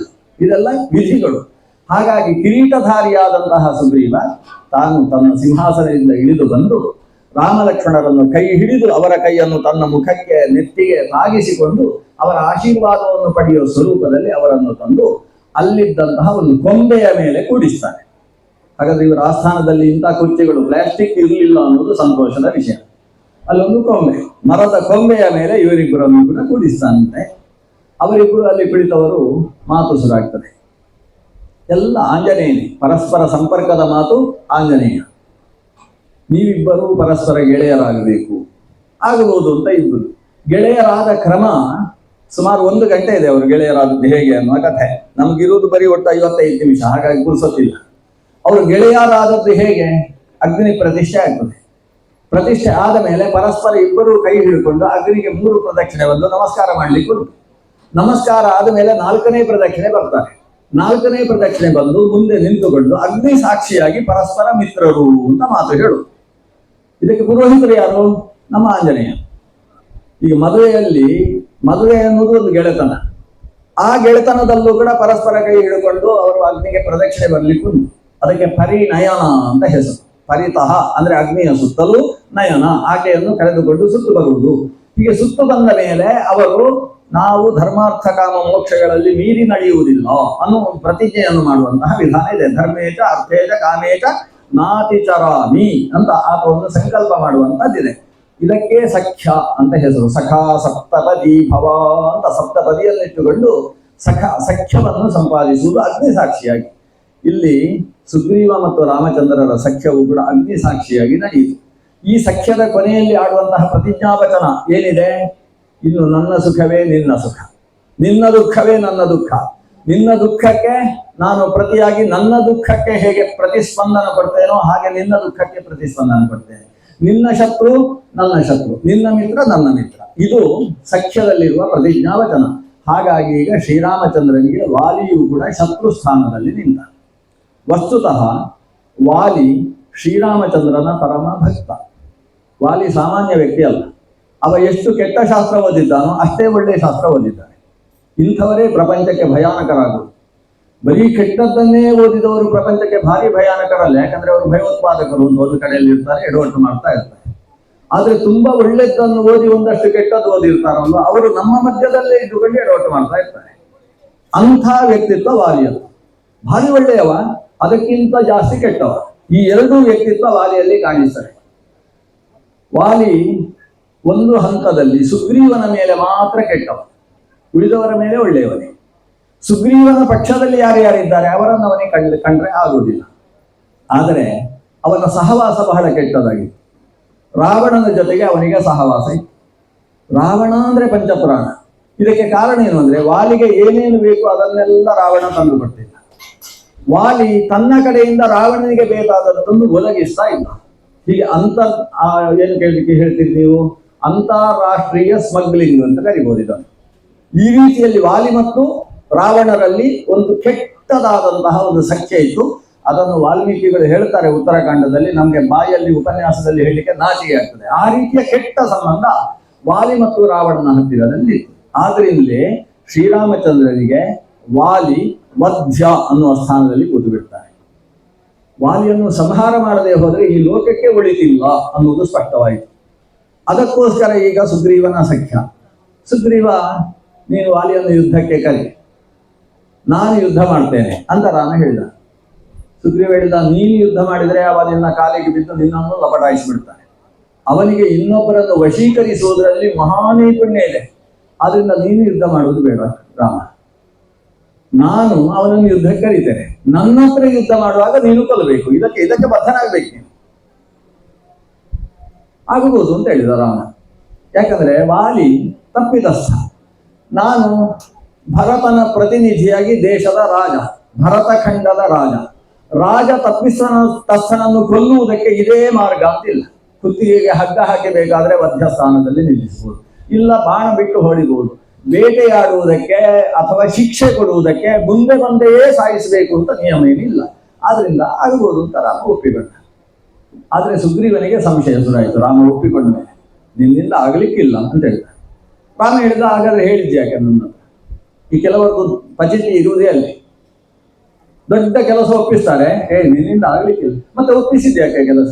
ಈಗ ಬ್ರಹ್ಮ ಕಲಶದಲ್ಲಿ ಬಂದವರ ಊಟದ ವ್ಯವಸ್ಥೆ ಎಲ್ಲ ನೀವು ಮಾಡಬೇಕು ಅಂತ ಒಬ್ಬರನ್ನು ಆ ಸಮಿತಿ ಅಧ್ಯಕ್ಷರು ಮಾಡ್ತಾರೆ. ಅಧ್ಯಕ್ಷರು ಮಾಡಿದ ಮೇಲೆ ಪ್ರಧಾನ ಅಧ್ಯಕ್ಷ ಇರ್ತಾರಲ್ಲ, ನಿನ್ನಿಂದ ಆಗ್ಲಿಕ್ಕಿಲ್ಲ, ಮಾಡಿಬಿಟ್ಟಿದ್ದೇನೆ ಅಂತ ಹೇಳಿದ್ರೆ ಅವ್ರ ಮತ್ತೆ ಮಾಡ್ಲಿಕ್ಕೆ ಸಾಧ್ಯ ಉಂಟ? ಯಾವ ಸ್ಥಾನದಲ್ಲಿ ಒಬ್ಬನಿಗೆ ಜವಾಬ್ದಾರಿ ಕೊಟ್ಟಿದೆ ಅವನಲ್ಲಿ ಮುಂದೆ ಮಾಡಿಸುವ ಜವಾಬ್ದಾರಿಯನ್ನು ಕೊಟ್ಟವನ ಮೇಲೆ ಹೊರಿಸಿಕೊಳ್ಳಬೇಕಲ್ವಾ? ಇಲ್ಲಿ ಸುಗ್ರೀವ ಹೀಗೆ ಇರ್ತಾನೆ, ನಿನ್ನಿಂದ ಆಗ್ಲಿಕ್ಕಿಲ್ಲ ಇದು. ರಾಮ ಎದ್ದು ನಿಂತ, ಯಾಕಾಗುವುದಿಲ್ಲ? ಸುಗ್ರೀವ ಅವನನ್ನು ಕೂಡಿಸಿ ಹೇಳ್ತಾನೆ, ಹಾಗಲ್ಲ, ಅದೊಂದು ಸಮಸ್ಯೆ ಇದೆ. ಏನಂದ್ರೆ ಭಾರಿ ಗಟ್ಟಿಗ. ಎಷ್ಟು ಗಟ್ಟಿಗ ಅಂದ್ರೆ ದುಂದುಭಿ ಎಂಬ ರಕ್ಕಸ ಅವನ ಹೆಣ ನೆಲದ ಮೇಲೆ ಬಿದ್ದಾಗ ನೆಲವೇ ಪುಡಿ ಪುಡಿಯಾಗಿ ಅದುರಿ ಹೋಯಿತು, ಭೂಕಂಪವಾಗಿ ಹೋಯಿತು. ನಮ್ಮ ಮ್ಯಾನ್ಮಾರ್ನಲ್ಲಿ ಆದ ಹಾಗೆ ಸಾವಿರಾರು ಜನ ಸತ್ತು ಹೋಗಷ್ಟು ದೊಡ್ಡ ಭೂಕಂಪ ಆಯಿತು. ಅಷ್ಟು ದೊಡ್ಡ ಶರೀರವನ್ನು ಇವ ಎತ್ತಿ ಯೋಜನದಷ್ಟು ದೂರಕ್ಕೆ ಎಸೆದಿದ್ದಾನೆ. ನಿನ್ನಿಂದ ಆಗಲಿಕ್ಕಿಲ್ಲ ಅವನನ್ನು ಮುಟ್ಟುವುದಕ್ಕೆ. ರಾಮ ಹೇಳಿದ, ಅದು ಎಲ್ಲಿ ಎತ್ತಿ ಎಸೆದದ್ದು? ನೋಡು, ಅಲ್ಲೇ ಉಂಟು ಅವನ ಅಸ್ಥಿ ಪಂಜರ. ಅಸ್ಥಿಪಂಜರ ಅಲ್ಲಿ ಉಂಟು ಅಂತ ಹೇಳಿದಾಗ ರಾಮ ಹೋಗಿ ತನ್ನ ಎಡಗಾಲಿನ ಉಗುರು ಅಂಗುಷ್ಟದ ತುದಿಯಲ್ಲಿ ಅದನ್ನು ಸುಮ್ಮನೆ ನೆಲದಿಂದ ಕಾಲು ಎತ್ತದೆಯೇ ಅಂಗುಷ್ಟವನ್ನು ಮಾತ್ರ ಮೇಲಕ್ಕೆ ಝಾಡಿಸಿದ್ರೆ ಅದು ಎಲ್ಲಿ ಹೋಗಿ ಬಿತ್ತು ಅಂತ ಸುಗ್ರೀವನಿಗೂ ಒಟ್ಟಿಗೆ ಹೋಗ್ಲಿಕ್ಕೆ ಆಗಲಿಲ್ಲ. ಅದರ ಜೊತೆಗೆ ನೆಗೆದು ಎಲ್ಲಿ ಬಿತ್ತು ಅದು ಎಷ್ಟೋ ದೂರಕ್ಕೆ ಹೋಗಿ, ವಾಲ್ಮೀಕಿಗಳು ಹೇಳುವುದು 10 ಯೋಜನ ಅಂತ ಹೇಳ್ತಾರೆ, ಆದ್ರೆ ಪುರಾಣಾಂತರದಲ್ಲಿ 100 ಯೋಜನ ಅಂತ ಹೇಳ್ತಾರೆ. 100 ಯೋಜನದಷ್ಟು ದೂರದಲ್ಲಿ ಹೋಗಿ ಅದು ಬೀಳ್ತದೆ. ಬಿದ್ದದ್ದು ಅಲ್ಲಿದ್ದಂತಹ ರಕ್ಕಸರ ಮೇಲೆ ಹೋಗಿ ಬಿಡ್ತದೆ. ಈ ಶ್ರೀರಾಮಂದು ಆಲೋಚನೆ, ನಾನು ಮಾಡಿದ ಕೆಲಸ ಯಾವುದು ವ್ಯರ್ಥ ಆಗಬಾರ್ದು, ಎಲ್ಲೋ ಭಯೋತ್ಪಾದಕರಿದ್ರು ಹೋಗಿ ಅಲ್ಲೇ ಬಿತ್ತಂತೆ. ಬಿದ್ದು ಅದರ ಅಡಿಯಲ್ಲಿ ಒಂದಷ್ಟು ಜನ ಸತ್ತದ್ದು ಮಾತ್ರ ಅಲ್ಲ, ಅಲ್ಲಿ ದೊಡ್ಡ ಒಂದು ಹೊಂಡವಾಗಿ ಅದರ ಒಳಗೆ ಈ ಅಸ್ಥಿ ಹೋಯ್ತಂತೆ. ಏನೇನೋ ಎಡವಟ್ಟಾಯ್ತು, ದೊಡ್ಡ ಕಥೆ ನಡೆಯುವುದು. ಸುಗ್ರೀವನಿಗೆ ಆಶ್ಚರ್ಯ ಚಕಿತನಾಗಿ ಹೋದ. ಆದ್ರೂ ಹೇಳ್ತಾನೆ ಸ್ವಲ್ಪ ಸಂಶಯ ಅಂತ ಹೇಳ್ತಾನೆ. ಏನು ಸಂಶಯ ಅಂದ್ರೆ, ನಮ್ಮ ವಾಲಿ ಅದನ್ನು ಎಸಿಬೇಕಾದ್ರೆ ಅದು ಹಸಿ ಇತ್ತು, ಭಾರ ಜಾಸ್ತಿ ಇತ್ತು. ಈಗ ಎಲ್ಲ ಅದರಲ್ಲಿದ್ದ ಮಾಂಸ ರಕ್ತ ಎಲ್ಲ ಹೋಗಿ ಬರೀ ಅಸ್ಥಿಪಂಜರ, ಭಾರ ಏನಿಲ್ಲ. ನಿಜ ಏನು ಅಂದ್ರೆ, ನಿಜವಾದ ಭಾರ ಇರುವುದೇ ಎಲುಬಿನಲ್ಲಿ. ಮಾಂಸ ರಕ್ತ ಎಲ್ಲ ಅದು ಸುಮ್ಮನೆ, ಅದರದ್ದು ಭಾರ ಅಲ್ಲ. ಹೇಗೆ ಒಂದು ದೊಡ್ಡ ಕಂಬ ಕಟ್ಟುವಾಗ ಅದರಲ್ಲಿರುವ ಕಬ್ಬಿಣದ್ದೇ ಪ್ರಮುಖವಾದ ಭಾರ, ಆಮೇಲೆ ಸಿಮೆಂಟೋ ಇಟ್ಟಿಗೆಯೋ ಜಲ್ಲಿಯೋ ಅದು ಭಾರಿ ಕಡಿಮೆ ಭಾರ. ಹಾಗೆ ಈ ಅಸ್ಥಿ ಅನ್ನುವುದೇ ಶರೀರಕ್ಕೆ ಹೆಚ್ಚು ಭಾರವನ್ನು ಕೊಡುವಂಥದ್ದು. ಅಂಥದ್ದನ್ನೇ ತಾನು ಪಾದಾಂಗುಷ್ಟ ಮಾತ್ರದಿಂದ ಅಷ್ಟು ದೂರಕ್ಕೆ ಜಿಗಿಸಿದ್ದಾನೆ ಅಂತ ಆದ್ರೆ ಇವನ ಶಕ್ತಿ ಏನು? ಆದ್ರೆ ಸುಗ್ರೀವನಿಗೆ ಇನ್ನೂ ಸಂಶಯ ನೀಗಲಿಲ್ಲ. ಯಾಕೆ ನೀಗಲಿಲ್ಲ ಅಂದ್ರೆ, ರಾಮನಿಂದ ಇನ್ನಷ್ಟು ಕೆಲಸ ಆಗಬೇಕಿತ್ತು, ದುಷ್ಟ ಸಂಹಾರ ಆಗಬೇಕಿತ್ತು. ಅವ ತೋರಿಸ್ತಾನೆ, ಮುಂದೆ ಇದೆ ಅಲ್ವಾ ತಾಲ ವೃಕ್ಷಗಳು. ಈ ವೃಕ್ಷಗಳ ಎಲೆಯನ್ನು ಯಾವ ಕಪಿಗೂ ಸೀಳುವುದಕ್ಕಾಗುವುದಿಲ್ಲ. ಆದ್ರೆ ನಮ್ಮ ವಾಲಿ ಆ 7 ವೃಕ್ಷಗಳ ಎಲೆಗಳನ್ನು ಕೂಡ ಒಂದು ಬಾರಿ ಒಂದನ್ನು ಸೀಳ್ತಾನೆ, ಇನ್ನೊಂದನ್ನು ಸೀಳ್ತಾನೆ. ಬೆಳಗ್ಗೆ ಎದ್ದು ಅವನದ್ದು 2 ಕೆಲಸ ಅಂತೆ ವಾಲಿಯದ್ದು, ವ್ಯಾಯಾಮದ ಕೆಲಸ. ಬೆಳಗ್ಗೆ ಹೇಗೆ ಇವತ್ತಿನವರು ವೆಯ್ಟ್ ಲಿಫ್ಟಿಂಗ್ ಮಾಡ್ತಾರಲ್ವಾ, ಹಾಗೆ ಈ ದುಂದುಗಿ ಅಸ್ಥಿಪಂಜರವನ್ನು ಎತ್ತುವುದು ಕೆಳಕ್ಕಾಗುವುದು. ಅಷ್ಟೊತ್ತಿಗೆ ಯಾವುದೋ ಮರಗಳೆಲ್ಲ ಅಲುಗಾಡ್ತಾ ಇರ್ತವೆ ಎತ್ತಿಗಳಿಗೆ ಹಾಕುವಾಗ. ಇವನಿಗೆ ಅದೊಂದು ಖುಷಿ. ಇದಾದ ಮೇಲೆ ಓಡುವುದು. ಮರಗಳ 7 ಮರಗಳು ಅಡ್ಡಾದಿಡ್ಡಿ ಇದ್ದಾವೆ, 7 ಮರಗಳು. ಆ 7 ಮರಗಳ ಸುತ್ತ ಹೋಗುವಾಗ ಹಾರಿ ಅದರ ಎಲೆಯನ್ನು ಸೀಳುವುದು, ಕೆಳಕ್ಕೆ ಬೀಳುವುದು, ಮತ್ತೆ ಹಾರುವುದು, ಸೀಳುವುದು, ಕೆಳಕ್ಕೆ ಬೀಳುವುದು. ಇಂಥದ್ದು ಒಂದು ಸೂರ್ಯ ನಮಸ್ಕಾರ ಬೆಳಗ್ಗೆ ಎದ್ದು. ಈ ರೀತಿಯಲ್ಲಿ ವಾಲಿ ಮಾಡ್ತಾನೆ. ನಮಗೆ ಯಾರಿಗೂ ಕೂಡ ಆ ವೃಕ್ಷದ ಎಲೆಯನ್ನು ಮುಟ್ಟಿದ್ರೆ ಕೈಗೆ ವಜ್ರಾಘಾತ ಆದಾಗ ಆಗ್ತದೆ. ಅಂಥ ವಾಲಿ ನಿನ್ನಿಂದ ಸಾಧ್ಯವ? ರಾಮಚಂದ್ರ ಬಿಲ್ಲಿಗೆ ಒಂದು ಬಾಣವನ್ನು ಹೂಡಿದ. ಸುಗ್ರೀವ, ಇದು ಕೊನೆ ಪರೀಕ್ಷೆ, ನಂಗೆ ಹೆಚ್ಚು ಕಿರಿಕಿರಿ ಮಾಡಬೇಡ, ಆಮೇಲೆ ಲಕ್ಷ್ಮಣ ಹೊಡೆದಾಕಿ ನಿನ್ನನ್ನು, ಅವನು ಹೆಚ್ಚು ಸಹಿಸುವುದಿಲ್ಲ. ಆದ್ರಿಂದ ಈ ಬಾಣದಿಂದ ನೋಡು, ಮರಗಳು ಎಡವಟ್ಟಿದ್ದಾವಲ್ಲ, ಒಂದಕ್ಕೊಂದು ನೇರವಾಗಿಲ್ಲ. ಹೊಡೆದ ಬಾಣಕ್ಕೆ ಅಷ್ಟು ಮರಗಳ, ಒಂದು ಮರದ ಎಲೆಯನ್ನಲ್ಲ ನಿನ್ನ ವಾಲಿ ಒಂದು ಪೆಟ್ಟಿಗೆ ಮಾಡ್ತಾ ಇದ್ದದ್ದು. ಈಗಲ್ಲ 7 ಮರದ ಎಲೆಗಳನ್ನು ನನ್ನ ಒಂದು ಬಾಣ ಕತ್ತರಿಸುತ್ತೆ ಅಂತ ಆದ್ರೆ ನನ್ನ ಶಕ್ತಿ ಏನು ಅಂತ ತಿಳ್ಕೊಂಡಿ ಅಂತ ಹೇಳಿ ಬಾಣ ಹೊಡೆದ. ಆ ಬಾಣ ಹೇಗೆ ಹೋಯ್ತು? ಅದು ಹನುಮಂತನಾಗಿ ಹೋಯ್ತಂತೆ. ಅದು ಒಂದು ಮರವನ್ನು ಕತ್ತರಿಸಿತು, ತಿರುಗಿತು, ಇನ್ನೊಂದು ಮರ, ಆ ಮರವೂ ಸ್ವಲ್ಪ ಆ ಕಡೆ ಈ ಕಡೆ ಹೋಗುತ್ತಂತೆ. ಛಲವಾದಂತಹ ಸಾವಿರ ವೃಕ್ಷ ಅಲ್ಲ, ಅಲ್ಲಿ ಹೋಗಿ ಕತ್ತರಿಸಿತು. ಇನ್ನೊಂದು ಮರಕ್ಕೆ ಕತ್ತರಿಸಿ 7 ಮರದ ಎಲೆಯನ್ನು ಕತ್ತರಿಸಿದ್ದು ಮಾತ್ರ ಅಲ್ಲ, ಅಲ್ಲಿಂದ ಭೂಮಿಗೆ ನುಗ್ಗಿತು. ಭೂಮಿಯ ಅಡಿಯಲ್ಲಿ ಹೋಗಿ ಈ 7 ಮರಗಳ ಬೇರುಗಳನ್ನು ಕತ್ತರಿಸಿ. ಇದರ ಇತಿಹಾಸವನ್ನು ಪುರಾಣಾಂತರದಲ್ಲಿ ತಿಳ್ಕೊಳ್ಬೇಕು ನಾವು. 7 ಜನ ರಕ್ಕಸರು ತಪಸ್ಸು ಮಾಡ್ತಾ ಇದ್ದಂತೆ, ಅದು ವೃಕ್ಷಗಳು, ವಿಷವೃಕ್ಷಗಳು. ಆ 7 ರಕ್ಕಸರನ್ನು ಸಂಹರಿಸಿದ್ದಲ್ಲದೆ ಮತ್ತೆ ಅವರು ಚಿಗುರಬಾರದು ಅಂತ ಅದರ ತಾಯಿ ಬೇರುಗಳನ್ನು ಕತ್ತರಿಸಿ ಅತಲ ಸುತಲಗಳನ್ನು ದಾಟಿ ಪಾತಾಳ ಲೋಕಕ್ಕೆ ಹೋಗಿ ಅಲ್ಲಿದ್ದಂತಹ ಈ ವೃಕ್ಷಗಳಿಗೆ ಶಕ್ತಿ ತುಂಬುತ್ತಾ ಇದ್ದಂತಹ ರಕ್ಕಸ ಸಮುದಾಯವನ್ನು ಸಂಹಾರ ಮಾಡಿದ ಮೇಲೆ ಆ ಬಾಣ ತಿರುಗಿ ಬಂದು ರಾಮನ ಕೈಯಲ್ಲಿ ಬಂದು ನಿಂತಿದಂತೆ. ಅದಕ್ಕೆ ರಾಮಬಾಣ ಅಂತ ಹೆಸರು. ಇವತ್ತು ಆಯುರ್ವೇದದಲ್ಲಿ ರಾಮಬಾಣ ಅಂತ ಹಾಕಿರ್ತಾರೆ, ಸ್ವಲ್ಪ ಜಾಹೀರಾತು ಕೊಡುವುದಕ್ಕೆ. ಅಂದ್ರೆ ಅದನ್ನು ಯಾವ ಉದ್ದೇಶದಿಂದ ಪ್ರಯೋಗ ಮಾಡಿದ್ದೇವೋ ಆ ಉದ್ದೇಶವನ್ನು ಅಲ್ಪವೂ ಉಳಿಸದೆ ಸಾಧಿಸಬಲ್ಲದ್ದು ಅನ್ನುವುದು ರಾಮಬಾಣ ಅನ್ನುವ ಶಬ್ದಕ್ಕೆ ಅರ್ಥ. ಆ ರೀತಿಯಲ್ಲಿ ಹೋಗಿ ಬಂದ ರಾಮನ ಬಾಣ. ಇದನ್ನು ನೋಡಿದಾಗ ನಮ್ಮ ಸುಗ್ರೀವನೂ ನಡುಗಿ ಹೋದ, ರಾಮನ ಪಾದಕ್ಕೆ ಬಿದ್ದ. ನಿನ್ನನ್ನು ಪರೀಕ್ಷೆ ಮಾಡಿ ನಾನು ತಪ್ಪು ಮಾಡಿದೆ, ಅಸಾಧಾರಣವಾದ ಶಕ್ತಿ ನಿನ್ನದ್ದು, ಇನ್ನು ನನ್ನಲ್ಲಿ ಯಾವ ಸಂಶಯವೂ ಇಲ್ಲ, ಈಗಲೇ ವಾಲಿಯನ್ನು ಕರೀತೇನೆ ಅಂತ ಹೋಗಿ ಕೂಗಿದ. ವಾಲಿಯ ಗುಹೆಯ ಸನ್ನಿಧಾನಕ್ಕೆ ಹೋಗಿ ವಾಲಿನ್ನಂತ ಕರೆದ.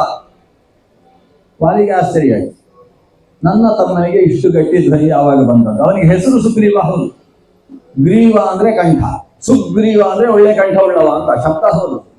ಆದ್ರೆ ಇಲ್ಲಿಯ ತನಕ ಬೆಕ್ಕುಗಳು ಮುಂದೆ ಇದ್ರೆ ಇಲಿಗಳು ಹೇಗೋ ಹಾಗೆ ಇರ್ತಿದ್ದ. ಆದ್ರೆ ಇವತ್ತು ಹಾಗಲ್ಲ, ವಾಲಿಂತ ತಲೆ ಎಬ್ಬಿಸಿ ಕರಿತಾ ಇದ್ದಾನಲ್ವ ಅಂತ ಆಶ್ಚರ್ಯ ಆಯ್ತು. ಸೀದಾ ಬಂದವ ಯಾಕೆ ಕೂಗಿದಿ ಅಂತ ಕೇಳಿಲ್ಲ, ಒಂದು ಗೊತ್ತಿಲ್ಲ, ನನ್ನನ್ನು ಹಾಕಿ ಕರೆಯುವುದ ಅಂತ. ಕೆಲವರನ್ನು ಕರೆಯುವಾಗಲೂ ಜಾಗ್ರತೆ ಇರಬೇಕು. ಅದು ಏಕವಚನದಲ್ಲಿ ಕರೆದ ಹಾಗೆ ಅವರಿಗೆ ಕೇಳಿಸಬಾರದು. ನೀವು ಕರೆಯುವಾಗ ಏನು ಸ್ವಾಮಿ ಅಂತ ಕೇಳಿದ್ರೆ ಸಿಟ್ಟಾಗ್ತದೆ ಅವರಿಗೆ. ಏನು ಸ್ವಾಮಿ ಅಂತ ಬಗ್ಗೆ ಕೇಳಬೇಕು. ಅದು ಅವರು ಸ್ವಾಮಿ ಅಂತ ಹೇಳಿದ್ರೋ ಅಸಾಮಿ ಅಂತ ಹೇಳಿದ್ರೋ ಏನು ಅಂತ ಅವರಿಗೆ ತಲೆಯಲ್ಲಿ ಸಂಕೀರ್ಣತೆ ಬರುವ ಹಾಗೆ ಜಾಗೃತೆಯಾಗಿ ಕರಿಬೇಕು. ಇವ ವಾಲಿ ಅಂತ ಯಾವಾಗ ಏರು ಧ್ವನಿಯಲ್ಲಿ ಕರೆದ ವಾಲಿಗೆ ಸಿಟ್ಟು.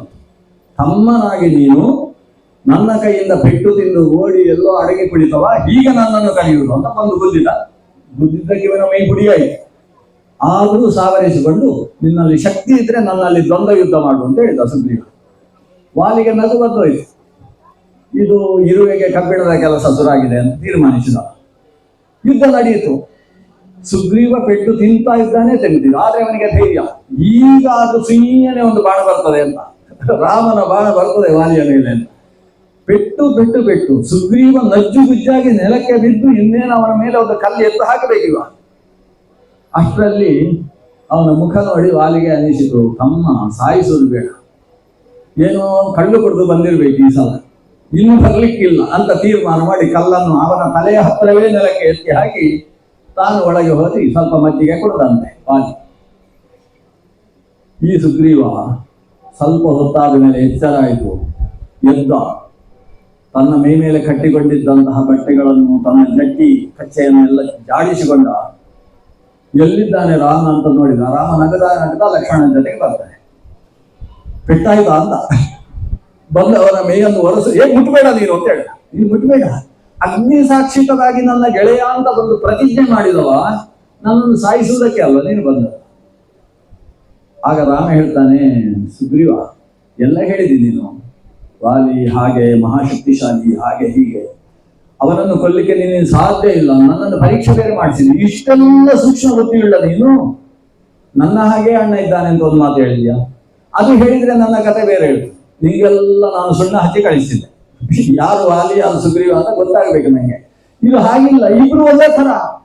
ನಾನು ಹೊಡೆದ ಬಾಣ ವಾಲಿ ತಂದುಕೊಂಡು ನಿನ್ನ ಮೇಲೆ ಬಿದ್ದಿದ್ರೆ ನಾನು ಅಗ್ನಿಸಾಕ್ಷಿಕವಾಗಿ ಮಾಡಿದಂತಹ ಪ್ರತಿಜ್ಞೆಗೆ ಏನು ನ್ಯಾಯ ಒದಗಿಸಿದ ಹಾಗಾಗ್ತದೆ. ಆದ್ರಿಂದ ನಾನು ಬಾಣ ಹೊಡೆಯಲಿಲ್ಲ. ಇದು ರಾಮ ಹೇಳಿದ ದೊಡ್ಡ ಸುಳ್ಳು. ರಾಮ ಹೇಳಿದ ಮಹಾ ಸುಳ್ಳುಗಳು ಅಂತ ಒಂದು 5-6 ಉಂಟು. ಪುರುಸೊತ್ತಾದ್ರೆ ಯಾವತ್ತಾದ್ರೆ ಕೇಳ್ಬೇಡಿ. ರಾಮ ಸುಳ್ಳು ಹೇಳುವವನೇ ಅಲ್ಲ, ಆದ್ರೆ ಒಂದು 6 ಸುಳ್ಳು ಹೇಳಿದ್ದಾನೆ. ಎಂಥ ಸುಳ್ಳು ಅದು ಅಂದ್ರೆ, ಪ್ರಪಂಚದಲ್ಲಿ ಮನುಷ್ಯ ಸತ್ಯ ಹೇಳ್ತೇನೆ ಅಂತ ಅನ್ಯಾಯ ಮಾಡಬಾರದು ಅಂತ ಹೇಳುವ ಸುಳ್ಳು. ಸತ್ಯವನ್ನು ಹೇಳುವುದು ಅನ್ನುವುದೇ ಕೆಲವು ಕಡೆ ತಪ್ಪಾಗ್ತದೆ. ಎಲ್ಲಿ ಸುಳ್ಳು ಹೇಳಿದ್ರೇನೇ ನ್ಯಾಯವೋ ಅಲ್ಲಿ ಸುಳ್ಳೇ ಹೇಳಬೇಕು, ಅದೇ ಧರ್ಮ. ಹಾಗಾದ್ರೆ ಕೆಲವು ಸಂದರ್ಭದಲ್ಲಿ ಸುಳ್ಳು ಹೇಳುವುದು ಧರ್ಮ. ನಾವು ಮಧ್ಯರಾತ್ರಿ 11 ಬಂದ್ವಿ ಮನೆಗೆ. ನಿಜವಾಗಿ 8 ಗಂಟೆಗೆ ಬರ್ತೇವೆ ಅಂತ ಹೇಳಿದ್ವಿ, ಮೊದಲೇ ಫೋನ್ ಮಾಡಿ ಹೇಳಿದ್ವಿ. ಅವರು ಪಾಪ ಪಾಯಸ ಮಾಡಿ ಸಿದ್ಧಪಡಿಸಿ ಇಟ್ಟಿದ್ದಾರೆ. 10 ಗಂಟೆ ಆಯ್ತು, 11 ಆಯ್ತು. ಆಮೇಲೆ ಮೊಬೈಲ್ ಹಾಕಿ ಹಚ್ಚಿದ್ರು, ರೀಚ್ ಆಗಲಿಲ್ಲ. ಏನೋ ವ್ಯತ್ಯಾಸ ಆಗಿರ್ಬೇಕು ಅವ್ರದ್ದು ಕಾರ್ಯಕ್ರಮ ಅಂತ ಅನ್ಕೊಂಡು ಪಾಯಸ ತಾವೇ ಚೆನ್ನಾಗಿ ಕುಡಿದು ಮಲಗಿದ್ರು. ಇವನು 12 ಬಂದವ. ಓ ಇಷ್ಟೊತ್ತಿಗೆ ಬಂದ್ರ, ಏನಾಯ್ತು ಏನು ಕಥೆ, ಈಗ ಅನ್ನ ಇಡ್ತೇನೆ ಅನ್ನ ಕೇಳ್ತೇನೆ ಅಂತ ಎಲ್ಲ ಸಿದ್ಧ ಮಾಡಿ ಇವರಿಗೆ ಊಟಕ್ಕೆ ವ್ಯವಸ್ಥೆ ಮಾಡ್ಲಿಕ್ಕೆ ಹೊರಟ್ರೆ ಏನೇನು ಬೇಡ ಎಲ್ಲ ಮುಗಿಸ್ಕೊಂಡು ಬಂದಿದ್ದೇವೆ ಅಂತ ಇವ ಸತ್ಯ ಹೇಳ್ತಾರೆ. ಎಲ್ಲ ಮುಗಿಸಿಕೊಂಡು ನೋಡಿ ಎಲ್ಲ ಚೆನ್ನಾಗಿ ಆಗಿದೆ, ಏನಿಲ್ಲ, ಒಂದು ತಲೆದಿಂಬು ಒಂದು ಹಾಸಿಗೆ ಕೊಟ್ರೆ ಸಾಕು. ಮಲಗಿ ಬೆಳಗ್ಗೆ 6 ಗಂಟೆಗೆ ಸ್ನಾನ ಮುಗಿಸಿ ಬಂದು ಕೇಳ್ತಾನೆ, ಆಯ್ತಾ ಸಿದ್ಧ ಆಯ್ತಾ ಬೆಳಗಿನ ತಿಂಡಿ. ಆಗ ಗೊತ್ತಾಗ್ತದೆ ಅವರಿಗೆ, ಓ ಇವರಿಗೆ ಇವನೇ ಮಧ್ಯಾಹ್ನವೂ ಊಟ ಆಗಿಲ್ಲ, ರಾತ್ರಿ ಊಟ ಆಗಿಲ್ಲ. ಆಗ ಇವ ಯಜಮಾನ ಏನು ಹೇಳ್ಬೇಕು, ಎಷ್ಟು ಸುಳ್ಳು ಹೇಳ್ತೀರಿ, ನಿಮ್ಮನ್ನು ಕೋರ್ಟಲ್ಲಿ ಒಂದು ದಾವೆ ಕೊಡ್ತೇನೆ ಅಂತ ಹೇಳ್ಬೇಕು. ಆದ್ರೆ ಅವನು ಹೇಳಿದ ಸುಳ್ಳು ಅದು ಮಾನ್ಯವಾಗ್ತದೆ. ಇನ್ನೊಬ್ಬರಿಗೆ ಉಪದ್ರವವಾಗುವ ಹಾಗೆ ಸತ್ಯ ಹೇಳತಕ್ಕಂಥದ್ದು. ಯತ್ಸತಾಂ ಹಿತಮತ್ಯಂತಂ ತತ್ಸತ್ಯಮಿತಿ ಧಾರಣ. ಇದು ನಮ್ಮ ಇತಿಹಾಸ ಹೇಳುವ ಸತ್ಯ ಸುಳ್ಳುಗಳ ಬಗ್ಗೆ ಇರತಕ್ಕಂಥ ವಿವೇಚನೆ. ಆ ದೃಷ್ಟಿಯಿಂದ ರಾಮ ಹೇಳಿದ, ಅವನು ನಿಜವಾಗಿ ಯಾಕೆ ಹೊಡಿಲಿಲ್ಲ, ವಾಲಿ ಯಾರು ಸುಗ್ರೀವ ಯಾರು ಅಂತ ಅವನಿಗೆ ಗೊತ್ತಾಗೋದಿಲ್ಲ, ಸ್ಪಷ್ಟ ಗೊತ್ತಿದೆ. ಯಾಕೆ ಹೊಡಿಲಿಲ್ಲ ಅಂದ್ರೆ, ಅಣ್ಣ ತಮ್ಮಂದಿರ ಮಧ್ಯದಲ್ಲಿ ನಾನು 3ನೇಯವ, ಇವರಿಬ್ರು ಇವತ್ತು ಹೊಡೆದಾಡ್ತಾರೆ, ನಾಳೆ ನಾನು ಬಾಣ ಹೊಡೆದೆ ಅಂತ ಅನ್ಕೋ, ಅವನು ಬಿದ್ದು ಸಾಯ್ತಾನೆ. ಸತ್ತಾಗ ಸುಗ್ರೀವ ಬಂದು ನನ್ನ ಅಣ್ಣನನ್ನು ಸುಮ್ಮನೆ ಕೊಂದು ಹಾಕಿದೆಯಲ್ಲ ಅಂತ ಹೇಳ್ತಾನೆ. ಈಗ ಹೀಗಾಗ್ತದೆ ಲೋಕದಲ್ಲಿ. ಅಣ್ಣ ತಮ್ಮಂದಿರ ಮಧ್ಯದಲ್ಲಿ ಮೂರನೆಯವ ಪ್ರವೇಶ ಮಾಡುವಾಗ ತುಂಬಾ ಜಾಗ್ರತೆ ಬೇಕು. ಪ್ರವೇಶ ಮಾಡಬಾರ್ದು. ಲೋಕಕ್ಕೆ ಈ ರೀತಿಯ ನೀತಿಯನ್ನು ತೋರಿಸುವುದಕ್ಕೋಸ್ಕರ ಶ್ರೀರಾಮಚಂದ್ರ ಮಧ್ಯದಲ್ಲಿ ಪ್ರವೇಶ ಮಾಡಲಿಲ್ಲ. ಆದರೆ ವಾಲಿ ಹೇಳಿದ್ದಾನೆ, ಇನ್ನೊಂದು ಬಾರಿ ಬಂದ್ರೆ ನಿನ್ನನ್ನು ಸಾಯಿಸದೇ ಬಿಡುವುದಿಲ್ಲ ಅಂತ ಹೋಗಿದ್ದಾನೆ. ಈಗ ಸುಗ್ರೀವ ಬಂದು ಹಾಗಿದ್ರೆ ಇನ್ನೊಂದು ಸಲ ಸಾಯಿಸ್ತೇನೆ ಅಂತ ರಾಮಚಂದ್ರ ಹೇಳಿದ. ಕೊನೆಗೆ ಆಂಜನೇಯನ ಕೈಯಲ್ಲಿ ಒಂದು ಮಾಲೆಯನ್ನು ಕಟ್ಟು ನಮ್ಮ ಸುಗ್ರೀವನಿಗೆ ಹಾಕಿಸಿದ. ಇದರಲ್ಲಿ ಸ್ವಲ್ಪ ವಿವಾದ ಉಂಟು. ನೀವು ಕೇಳಿದ ಕಥೆಗೂ ನಾನು ಹೇಳಿದ ಕಥೆಗೂ ಸ್ವಲ್ಪ ವ್ಯತ್ಯಾಸ. ಯಾರೋ ಒಂದು ಮುಖದಲ್ಲಿ ಹೇಳಿದ್ರು, ತಪ್ಪು ಹೇಳಿದ್ರು ಆಚಾರ್ಯರು, ಅದು ಆಂಜನೇಯ ಮಾಲೆ ಹಾಕಿದ್ದಲ್ಲ, ಅದು ಲಕ್ಷ್ಮಣ ಹಾಕಿದ್ದು. ಹಾಗೆ ಬರ್ತದ್ದು ವಾಲ್ಮೀಕಿಗಳು ಬರ್ತದ್ದು ಹಾಗೆ. ಲಕ್ಷ್ಮಣನ ಕೈಯಲ್ಲಿ ಒಂದು ಮಾಲೆಯನ್ನು, ಅದು ಲತಾವಲ್ಲಿಯನ್ನು ಹಾಕಿಸಿದ ಅಂತ ಬರೆದಿದ್ದಾರೆ. ಆದ್ರೆ ವೇದವ್ಯಾಸರು ಆಂಜನೇಯ ಮಾಲೆ ಹಾಕಿದ, ಶ್ರೀರಾಮಚಂದ್ರ ಮಾಲೆಯನ್ನು ಹಾಕುವುದಕ್ಕೆ ಹೇಳಿದ ಅಂತ ಹೇಳಿದ್ದಾರೆ. ನಿಜವಾಗಿ ಏನು ಅಂತ ಪ್ರಶ್ನೆ ಈಗ. ಆವಾಗ ಶ್ರೀಮನ್ ಮಧ್ವಾಚಾರ್ಯರು ಮಹಾಭಾರತ ತಾತ್ಪರ್ಯ ನಿರ್ಣಯದಲ್ಲಿ ರಾಮಾಯಣದ ಕಥೆಯನ್ನು ಸಂಗ್ರಹ ಮಾಡಿದ್ರು. ಆವಾಗ ಹೇಳಿದ್ರು, ಲಕ್ಷ್ಮಣನೆಂಬಂತಹ ಮಾರುತಿ ಮಾಲೆ ಹಾಕಿದ. ಈ ಸಂಸ್ಕೃತ ಇಷ್ಟು ಪಚಿತಿ ಸಂಸ್ಕೃತ. ಲಕ್ಷ್ಮಣನೆಂಬ ಮಾರುತಿ ಮಾಲೆ ಹಾಕಿದ ಅಂದ್ರೆ ಆಂಜನೇಯ ಮಾಲೆ ಹಾಕಿದ್ದು. ವಾಲ್ಮೀಕಿಗಳು ಲಕ್ಷ್ಮಣ ಅಂತ ಹೇಳಿದ್ದಾರಲ್ಲ, ಲಕ್ಷ್ಮಣ ಅಂದ್ರೆ ಆಂಜನೇಯ. ಆಂಜನೇಯನಿಗೆ ಲಕ್ಷ್ಮಣ ಅಂತ ಒಂದು ಹೆಸರಂತೆ, ನಮ್ಗೆ ಗೊತ್ತೇ ಇಲ್ಲ ಈ ವಿಷಯ. ನೀವು ಅವನ ಶತನಾಮ ಸ್ತೋತ್ರ ನೋಡಿದರೆ ಗೊತ್ತಾಗ್ತದೆ. ಸುಂದರಾಯ ನಮಃ, ಆಂಜನೇಯಾಯ ನಮಃ, ಲಕ್ಷ್ಮಣಾಯ ನಮಃ. ಅದೇನು ಲಕ್ಷ್ಮಣಾಯ ನಮಃ? ಲಕ್ಷ್ಮಣ ಅನ್ನೋ ಶಬ್ದಕ್ಕೆ ಏನರ್ಥ ಗೊತ್ತೋ? ಲಕ್ಷಣವಾಗಿ ಇರುವವ ಅಂತ. ಲಕ್ಷ್ಮಿಯ ಯುತಃ ಲಕ್ಷ್ಮಣ. ಒಂದು ಮುಖಲಕ್ಷ್ಮಿ, ಸೌಂದರ್ಯ ಲಕ್ಷ್ಮಿ, ಸುಂದರ ಭಾವ, ಯಾವ ರೀತಿಯಲ್ಲಿ ಬೇಕಾದರೂ ಒಂದು ಪರಿಸ್ಥಿತಿಯನ್ನು ನಿಭಾಯಿಸಬಲ್ಲಂತಹ ಸಾಮರ್ಥ್ಯ, ಇದೆಲ್ಲ ಇರತಕ್ಕಂಥವರಿಗೆ ಲಕ್ಷ್ಮಣ ಅಂತ ಹೆಸರು. ಅದೊಂದು ಹೆಸರಲ್ಲ, ಅದು ಒಂದು ಗುಣ ನಾಮಧೇಯ, ಗುಣನಾಮ ಅದು. ಆ ನಾಮದ ಅರ್ಥದಲ್ಲಿ ಆತ ಲಕ್ಷ್ಮಣ. ಅಂದ್ರೆ ಲಕ್ಷ್ಮಣನಾದಂತಹ ಆಂಜನೇಯನ ಕೈಯಲ್ಲಿ ರಾಮ ಮಾಲೆ ಹಾಕಿದ. ಎಲ್ಲಿ ಆಂಜನೇಯ ದೇವರು ಮಾಲೆ ಹಾಕ್ತಾರೋ, ವೈಜಯಂತಿಯನ್ನು ತೊಡಿಸ್ತಾರೋ, ಅಲ್ಲಿ ಮುಂದಕ್ಕೆ ಅಪಜಯ ಇಲ್ಲ, ಕಷ್ಟ ಇಲ್ಲ. ಅವರಿಗೆ ಎಲ್ಲ ರೀತಿಯ ಭಾಗ್ಯಗಳು ತಾನಾಗಿ ಹುಡುಕಿಕೊಂಡು ಬರ್ತಾವೆ ಅನ್ನೋದಕ್ಕೆ ಇಲ್ಲಿ ಸುಗ್ರೀವ ಸಾಕ್ಷಿಯಾದ. ಸುಗ್ರೀವ ಈ ಬಾರಿ ಕರೆದಾಗ ವಾಲಿ ಹೊರಟೇ ನಿಂತ. ವಾಲಿ ಪತ್ನಿಯಾದ ತಾರಾಮಾತೆ ತಡೀತಾಳೆ. ರಾಮ ಬಂದಿದ್ದಾನೆ ಅಂತ ಸುದ್ದಿ ಉಂಟು, ಅದರಿಂದ ಜಾಗ್ರತೆ ಅಂತ ಹೇಳ್ತಾರೆ. ಇದು ಮತ್ತೆ ನೀವು ಯಕ್ಷಗಾನದಲ್ಲಿ 3 ಗಂಟೆಯ ಪ್ರಸಂಗ. ಇದು ತಾರೆಯ ತಡೆಯುವಂತ ಪ್ರಸಂಗ ಅಷ್ಟು ದೊಡ್ಡದು. ವಾಲಿ ಏನು ಹೇಳಿದ? ರಾಮ ಅವನೇನಾದ್ರೂ ನನ್ನ ಮುಂದೆ ಬಂದ್ರೆ ನನ್ನನ್ನು ಕೊಲ್ಲುವುದಕ್ಕೆ ಅವನಿಂದ ಸಾಧ್ಯವೇ ಇಲ್ಲ ಅಂತ ಹೇಳಿದ. ಸಾಧ್ಯವಿಲ್ಲ ಅಂದ್ರೆ ಏನು? ನಾನು ಅವನ ಪಾಲಕ್ಕೆ ಬೀಳ್ತೇನೆ ಅಂತ ಅರ್ಥ. ಅಷ್ಟು ಭಕ್ತವ. ಆದರೆ ರಾಮ ಅದಕ್ಕಿಂತ ಬುದ್ಧಿವಂತ. ಇವನಿಗೆ ನಾನು ಕಾಣಿಸುವುದಿಲ್ಲ, ನಾನು ಕಂಡ್ರೆ ಅಲ್ವ ಕಾಲಿಗೆ ಬೀಳುವುದು ಅಂತ. ಅವನೆಲ್ಲ ಮರದ ಅಡಿಯಲ್ಲಿ ಬದಿಯಲ್ಲಿ ಕೂತ್ಬಿಟ್ಟಿದ್ದಾನೆ. ವಾಲಿ ಪತ್ನಿಯಾದ ತಾರೆಯನ್ನು ಸಮಾಧಾನ ಮಾಡಿ, ನೀನು ಯೋಚಿಸಬೇಡ, ನನ್ನ ಸಾಮರ್ಥ್ಯ ಏನು, ನನ್ನ ಆಂತರ ಭಕ್ತಿ ಸಾಮರ್ಥ್ಯ ಏನು, ಅದೆಲ್ಲ ಗೊತ್ತು ರಾಮನಿಗೆ, ಸಮಸ್ಯೆ ಇಲ್ಲ, ನಾನು ನನ್ನ ತಮ್ಮನಿಗೆ ಒಂದು ಬುದ್ಧಿ ಕಲಿಸಿಯೇ ಬರ್ತೇನೆ ಅಂತೇಳಿ ಹೊರಟವ. ಯುದ್ಧ ಶುರು ಆಯಿತು. ಶ್ರೀರಾಮಚಂದ್ರ ಕಾಲಕ್ಕೆ ಸರಿಯಾಗಿ ಬಾಣವನ್ನು ಹೊಡೆದ. ಎದೆಗೆ ಚುಚ್ಚಿಕೊಂಡಂತಹ ಬಾಣವನ್ನು ಎಡಗೈಯಲ್ಲೂ ಬಲಗೈಯಲ್ಲೂ ಹಿಡಿದುಕೊಂಡಂತಹ ವಾಲಿ ನೆಲಕ್ಕೆ ಬಿದ್ದು ರಾಮ ಅಂತ ಕೂಗಿದ. ಹಾಗಾದರೆ ರಾಮನೇ ಬಾಣ ಹೊಡೆದದ್ದು ಅನ್ನೋದು ವಾಲಿಗೆ ಸ್ಪಷ್ಟ ಇದೆ ಅಂತ ಅರ್ಥ. ಅವತ್ತಿಂದ ಶುರುವಾಗುವುದು. ಪೆಟ್ಟು ಬಿದ್ದಾಗ ರಾಮ ಅಂತ ಹೇಳೋದು, ಪೆಟ್ಟು ಹೊಡೆಯುವಾಗ ಜೈ ಶ್ರೀರಾಮ್ ಅಂತ ಹೇಳುದು. ಹೊಡೆಯೋಕ್ಕೆ ಬೇರೆ, ಪೆಟ್ಟು ಬಿದ್ದಾಗ ಬೇರೆ. ಬಿದ್ದಾಗ ರಾಮ ಅಂತ ಕೂಗಿದಂತೆ. ರಾಮ ಆ ಕ್ಷಣದಲ್ಲಿ ಓಡಿ ಬಂದು ಮುಂದೆ ನಿಂತ. ನೋವಾಯ್ತಾ ಅಂತ ಕೇಳಲಿಕ್ಕೆ. ಈಗ ವಾಲಿ ಮತ್ತು ರಾಮ ಸುಮಾರು 4 ಗಂಟೆ ಬೇಕು ಇವರ ಗಲಾಟೆಯನ್ನು ಮಾಡಲಿಕ್ಕೆ. ವಾಲಿಯ ಒಟ್ಟು ಸಾರಾಂಶ ಇಷ್ಟು: ಯಾಕೆ ರಾಮ ಬದಿಯಲ್ಲಿ ನಿಂತು ಹೊಡೆದೆ? ನಿನ್ನಲ್ಲಿ ಅಸಾಮರ್ಥ್ಯ ಇದೆಯೋ? ಸರ್ವ ಸಮರ್ಥನಲ್ವ ನೀನು? ಸರ್ವ ಸಮರ್ಥನಾದ ನೀನು ನಿನ್ನ ಮುಖವನ್ನು ನೋಡಿದರೆ ಅರ್ಥ ಆಗ್ತದೆ ನಿನ್ನಲ್ಲಿ ಅಲ್ಪ ವಂಚನೆಗೂ ಅವಕಾಶ ಇಲ್ಲ. ಅಂತಹ ಪರಮಶುದ್ಧ ಕೃತಜ್ಞ ಧರ್ಮಜ್ಞ ಮಾಂಸಕ್ಕೋಸ್ಕರವೂ ಬದಿಯಲ್ಲಿ ನಿಂತು ಬೇಟೆ ಹೊಡೆಯುವ ಹಾಗಿಲ್ಲ. ಮಂಗದ ಮೇಲೆ ಪಂಚನಖಾಭಕ್ಷ್ಯ ಅಂತ ಶಾಸ್ತ್ರ ಹೇಳ್ತದೆ. 5 ಉಗುರುಗಳುಳ್ಳ ಪ್ರಾಣಿಗಳಲ್ಲಿ ತಿನ್ನುವುದಾದ್ರೆ 5 ಪ್ರಾಣಿಗಳನ್ನು ಮಾತ್ರ. 5 ಉಗುರುಳ್ಳ ನಾಯಿಯಾಗಲಿ 5 ಉಗುರುಗಳುಳ್ಳಂತಹ ಮಂಗಗಳನ್ನಾಗಲಿ ಮಾಂಸಕ್ಕೋಸ್ಕರವೂ ಉಪಯೋಗಿಸಬಾರದು. ಅದರ ಮಾಂಸವನ್ನು ತಿಂದ್ರೆ ಅವನ ಬುದ್ಧಿ ಕೆಡ್ತದೆ ಅಂತ ಶಾಸ್ತ್ರದಲ್ಲಿ ಉಂಟು. ಅಂಥಲ್ಲಿ ನನ್ನನ್ನು ಬದಿಯಲ್ಲಿ ನಿಂತು ಹೊಡೆಯಲ್ಲ. ರಾಮ ನಗುತ್ತಾ ಹೇಳ್ತಾ ಇದ್ದಾನೆ, ಎಷ್ಟು ಚಂದ ವಾಕ್ಯಾರ್ಥ ಮಾಡ್ತಾನೆ ಈ ಮಂಗ ಅಂತ ಕೇಳ್ತಾನೆ. ಕೇಳಿ ಕೊನೆಗೆ ಹೇಳಿದ, ನಾನು ಮುಂದೆ ಬಂದು ನಿನಗೆ ಹೊಡೆದಿದ್ರೆ ನೀನು ಪೆಟ್ಟಿದ್ದೀಯ ನನ್ನ ಕೈಯಲ್ಲಿ, ಇಲ್ವಲ್ಲ, ಅದಕ್ಕೋಸ್ಕರ ಬದಿಯಲ್ಲಿ ನಿಂತು ಹೊಡೆದ. ಯಾರು ತಪ್ಪು ಮಾಡಿದ್ದಾರೆ ಅವರಿಗೆ ಶಿಕ್ಷೆ ಕೊಡುವಂತಹದ್ದು ಅಯೋಧ್ಯೆಯ ಸಿಂಹಾಸನದಲ್ಲಿ ಕುಳಿತಂತಹ ಭರತನ ಪ್ರತಿನಿಧಿಯಾದ ನನ್ನ ಕರ್ತವ್ಯವಾಗಿದೆ. ಆದ್ರಿಂದ ನಾನು ಶಿಕ್ಷೆ ಕೊಡಬೇಕು. ಶಿಕ್ಷೆ ಕೊಡುವುದಕ್ಕೆ ಮುಂದೆ ಬಂದು ಶಿಕ್ಷೆ ಕೊಡಬೇಕು ಅಂತ ಶಾಸ್ತ್ರ ಇಲ್ಲ. ಅಷ್ಟೇ ಅಲ್ಲ, ಒಂದು ವೇಳೆ ನೀನು ಹೇಳಿದ ಹಾಗೆ ಸೀತೆಯನ್ನು ತಂದುಕೊಡುವುದಕ್ಕೋಸ್ಕರ ನಿನ್ನ ಗೆಳೆತನ ಮಾಡಬೇಕು ಅಂತ ಹೇಳ್ತೀವಿ. ಸೀತೆಯನ್ನು ಪಡೆಯುವುದಕ್ಕೆ ನಿನ್ನ ಗೆಳೆತನ ಮಾಡಬೇಕು. ಯಾಕೆ? ನನಗೆ ಸುಗ್ರೀವನ ಗೆಳೆತನವೂ ಬೇಕಾಗಿಲ್ಲ. ಸೀತೆಯನ್ನು ಪಡೆಯುವುದು ನನ್ನ ಜನ್ಮ ಸಿದ್ಧ ಹಕ್ಕು, ಬೇಕಾದ ಸಾಮರ್ಥ್ಯ ನನ್ನಲ್ಲಿದೆ. ಹಾಗಾದ್ರೆ ಸುಗ್ರೀವನ ಗೆಳೆತನ ಯಾಕೆ ಮಾಡಿದ್ದು? ಯಾರು ಕಷ್ಟದಲ್ಲಿದ್ದಾರೆ ಅವರಿಗೆ ಸಹಾಯ ಆಗಬೇಕು ಅನ್ನೋ ಉದ್ದೇಶದಿಂದ ಅಷ್ಟೇ. ಅವನಿಗೆ ಹೆಂಡತಿಯನ್ನು ಒದಗಿಸುವುದಕ್ಕೋಸ್ಕರ ನಾನು ಅವನ ಗೆಳೆತನ ಮಾಡಿದ್ದೆ ಹೊರತು ನನ್ನ ಹೆಂಡತಿಯನ್ನು ಪಡೆಯಲಾಗದೆ ದೀನನಾಗಿ ಹೋಗಿ ಅವನ ಕಾಲು ಹಿಡಿದದ್ದಲ್ಲ. ಅದು ಅರ್ಥ ಆಗಬೇಕು ನಿನಗೆ. ನಿನ್ನ ಕೈ ಹಿಡಿದಿದ್ರೆ ನೀನು ಈ ಕ್ಷಣದಲ್ಲಿ ರಾವಣನನ್ನು ಕರೆಸಿಬಿಡ್ತಿದ್ದೀನಿ. ಅಷ್ಟು ಗೆಳೆತನ ನಿಮ್ಮಿಬ್ಬರದ್ದು. ಆದರೆ ನಿನ್ನಲ್ಲಿ ನಾನು ಗೆಳೆತನ ಮಾಡಿ ನನ್ನ ಹೆಂಡತಿಯನ್ನು ನಾನು ಪಡೆದರೆ ಇದು ಲೋಕಕ್ಕೆ ಯಾವ ರೀತಿಯ ಸಂದೇಶ ಕೊಡ್ತದೆ? ಯಾರು ಶ್ರೇಷ್ಠ ಸ್ಥಾನದಲ್ಲಿದ್ದಾರೆ ಅವರಿಗೆ ಜವಾಬ್ದಾರಿ ಇದೆ.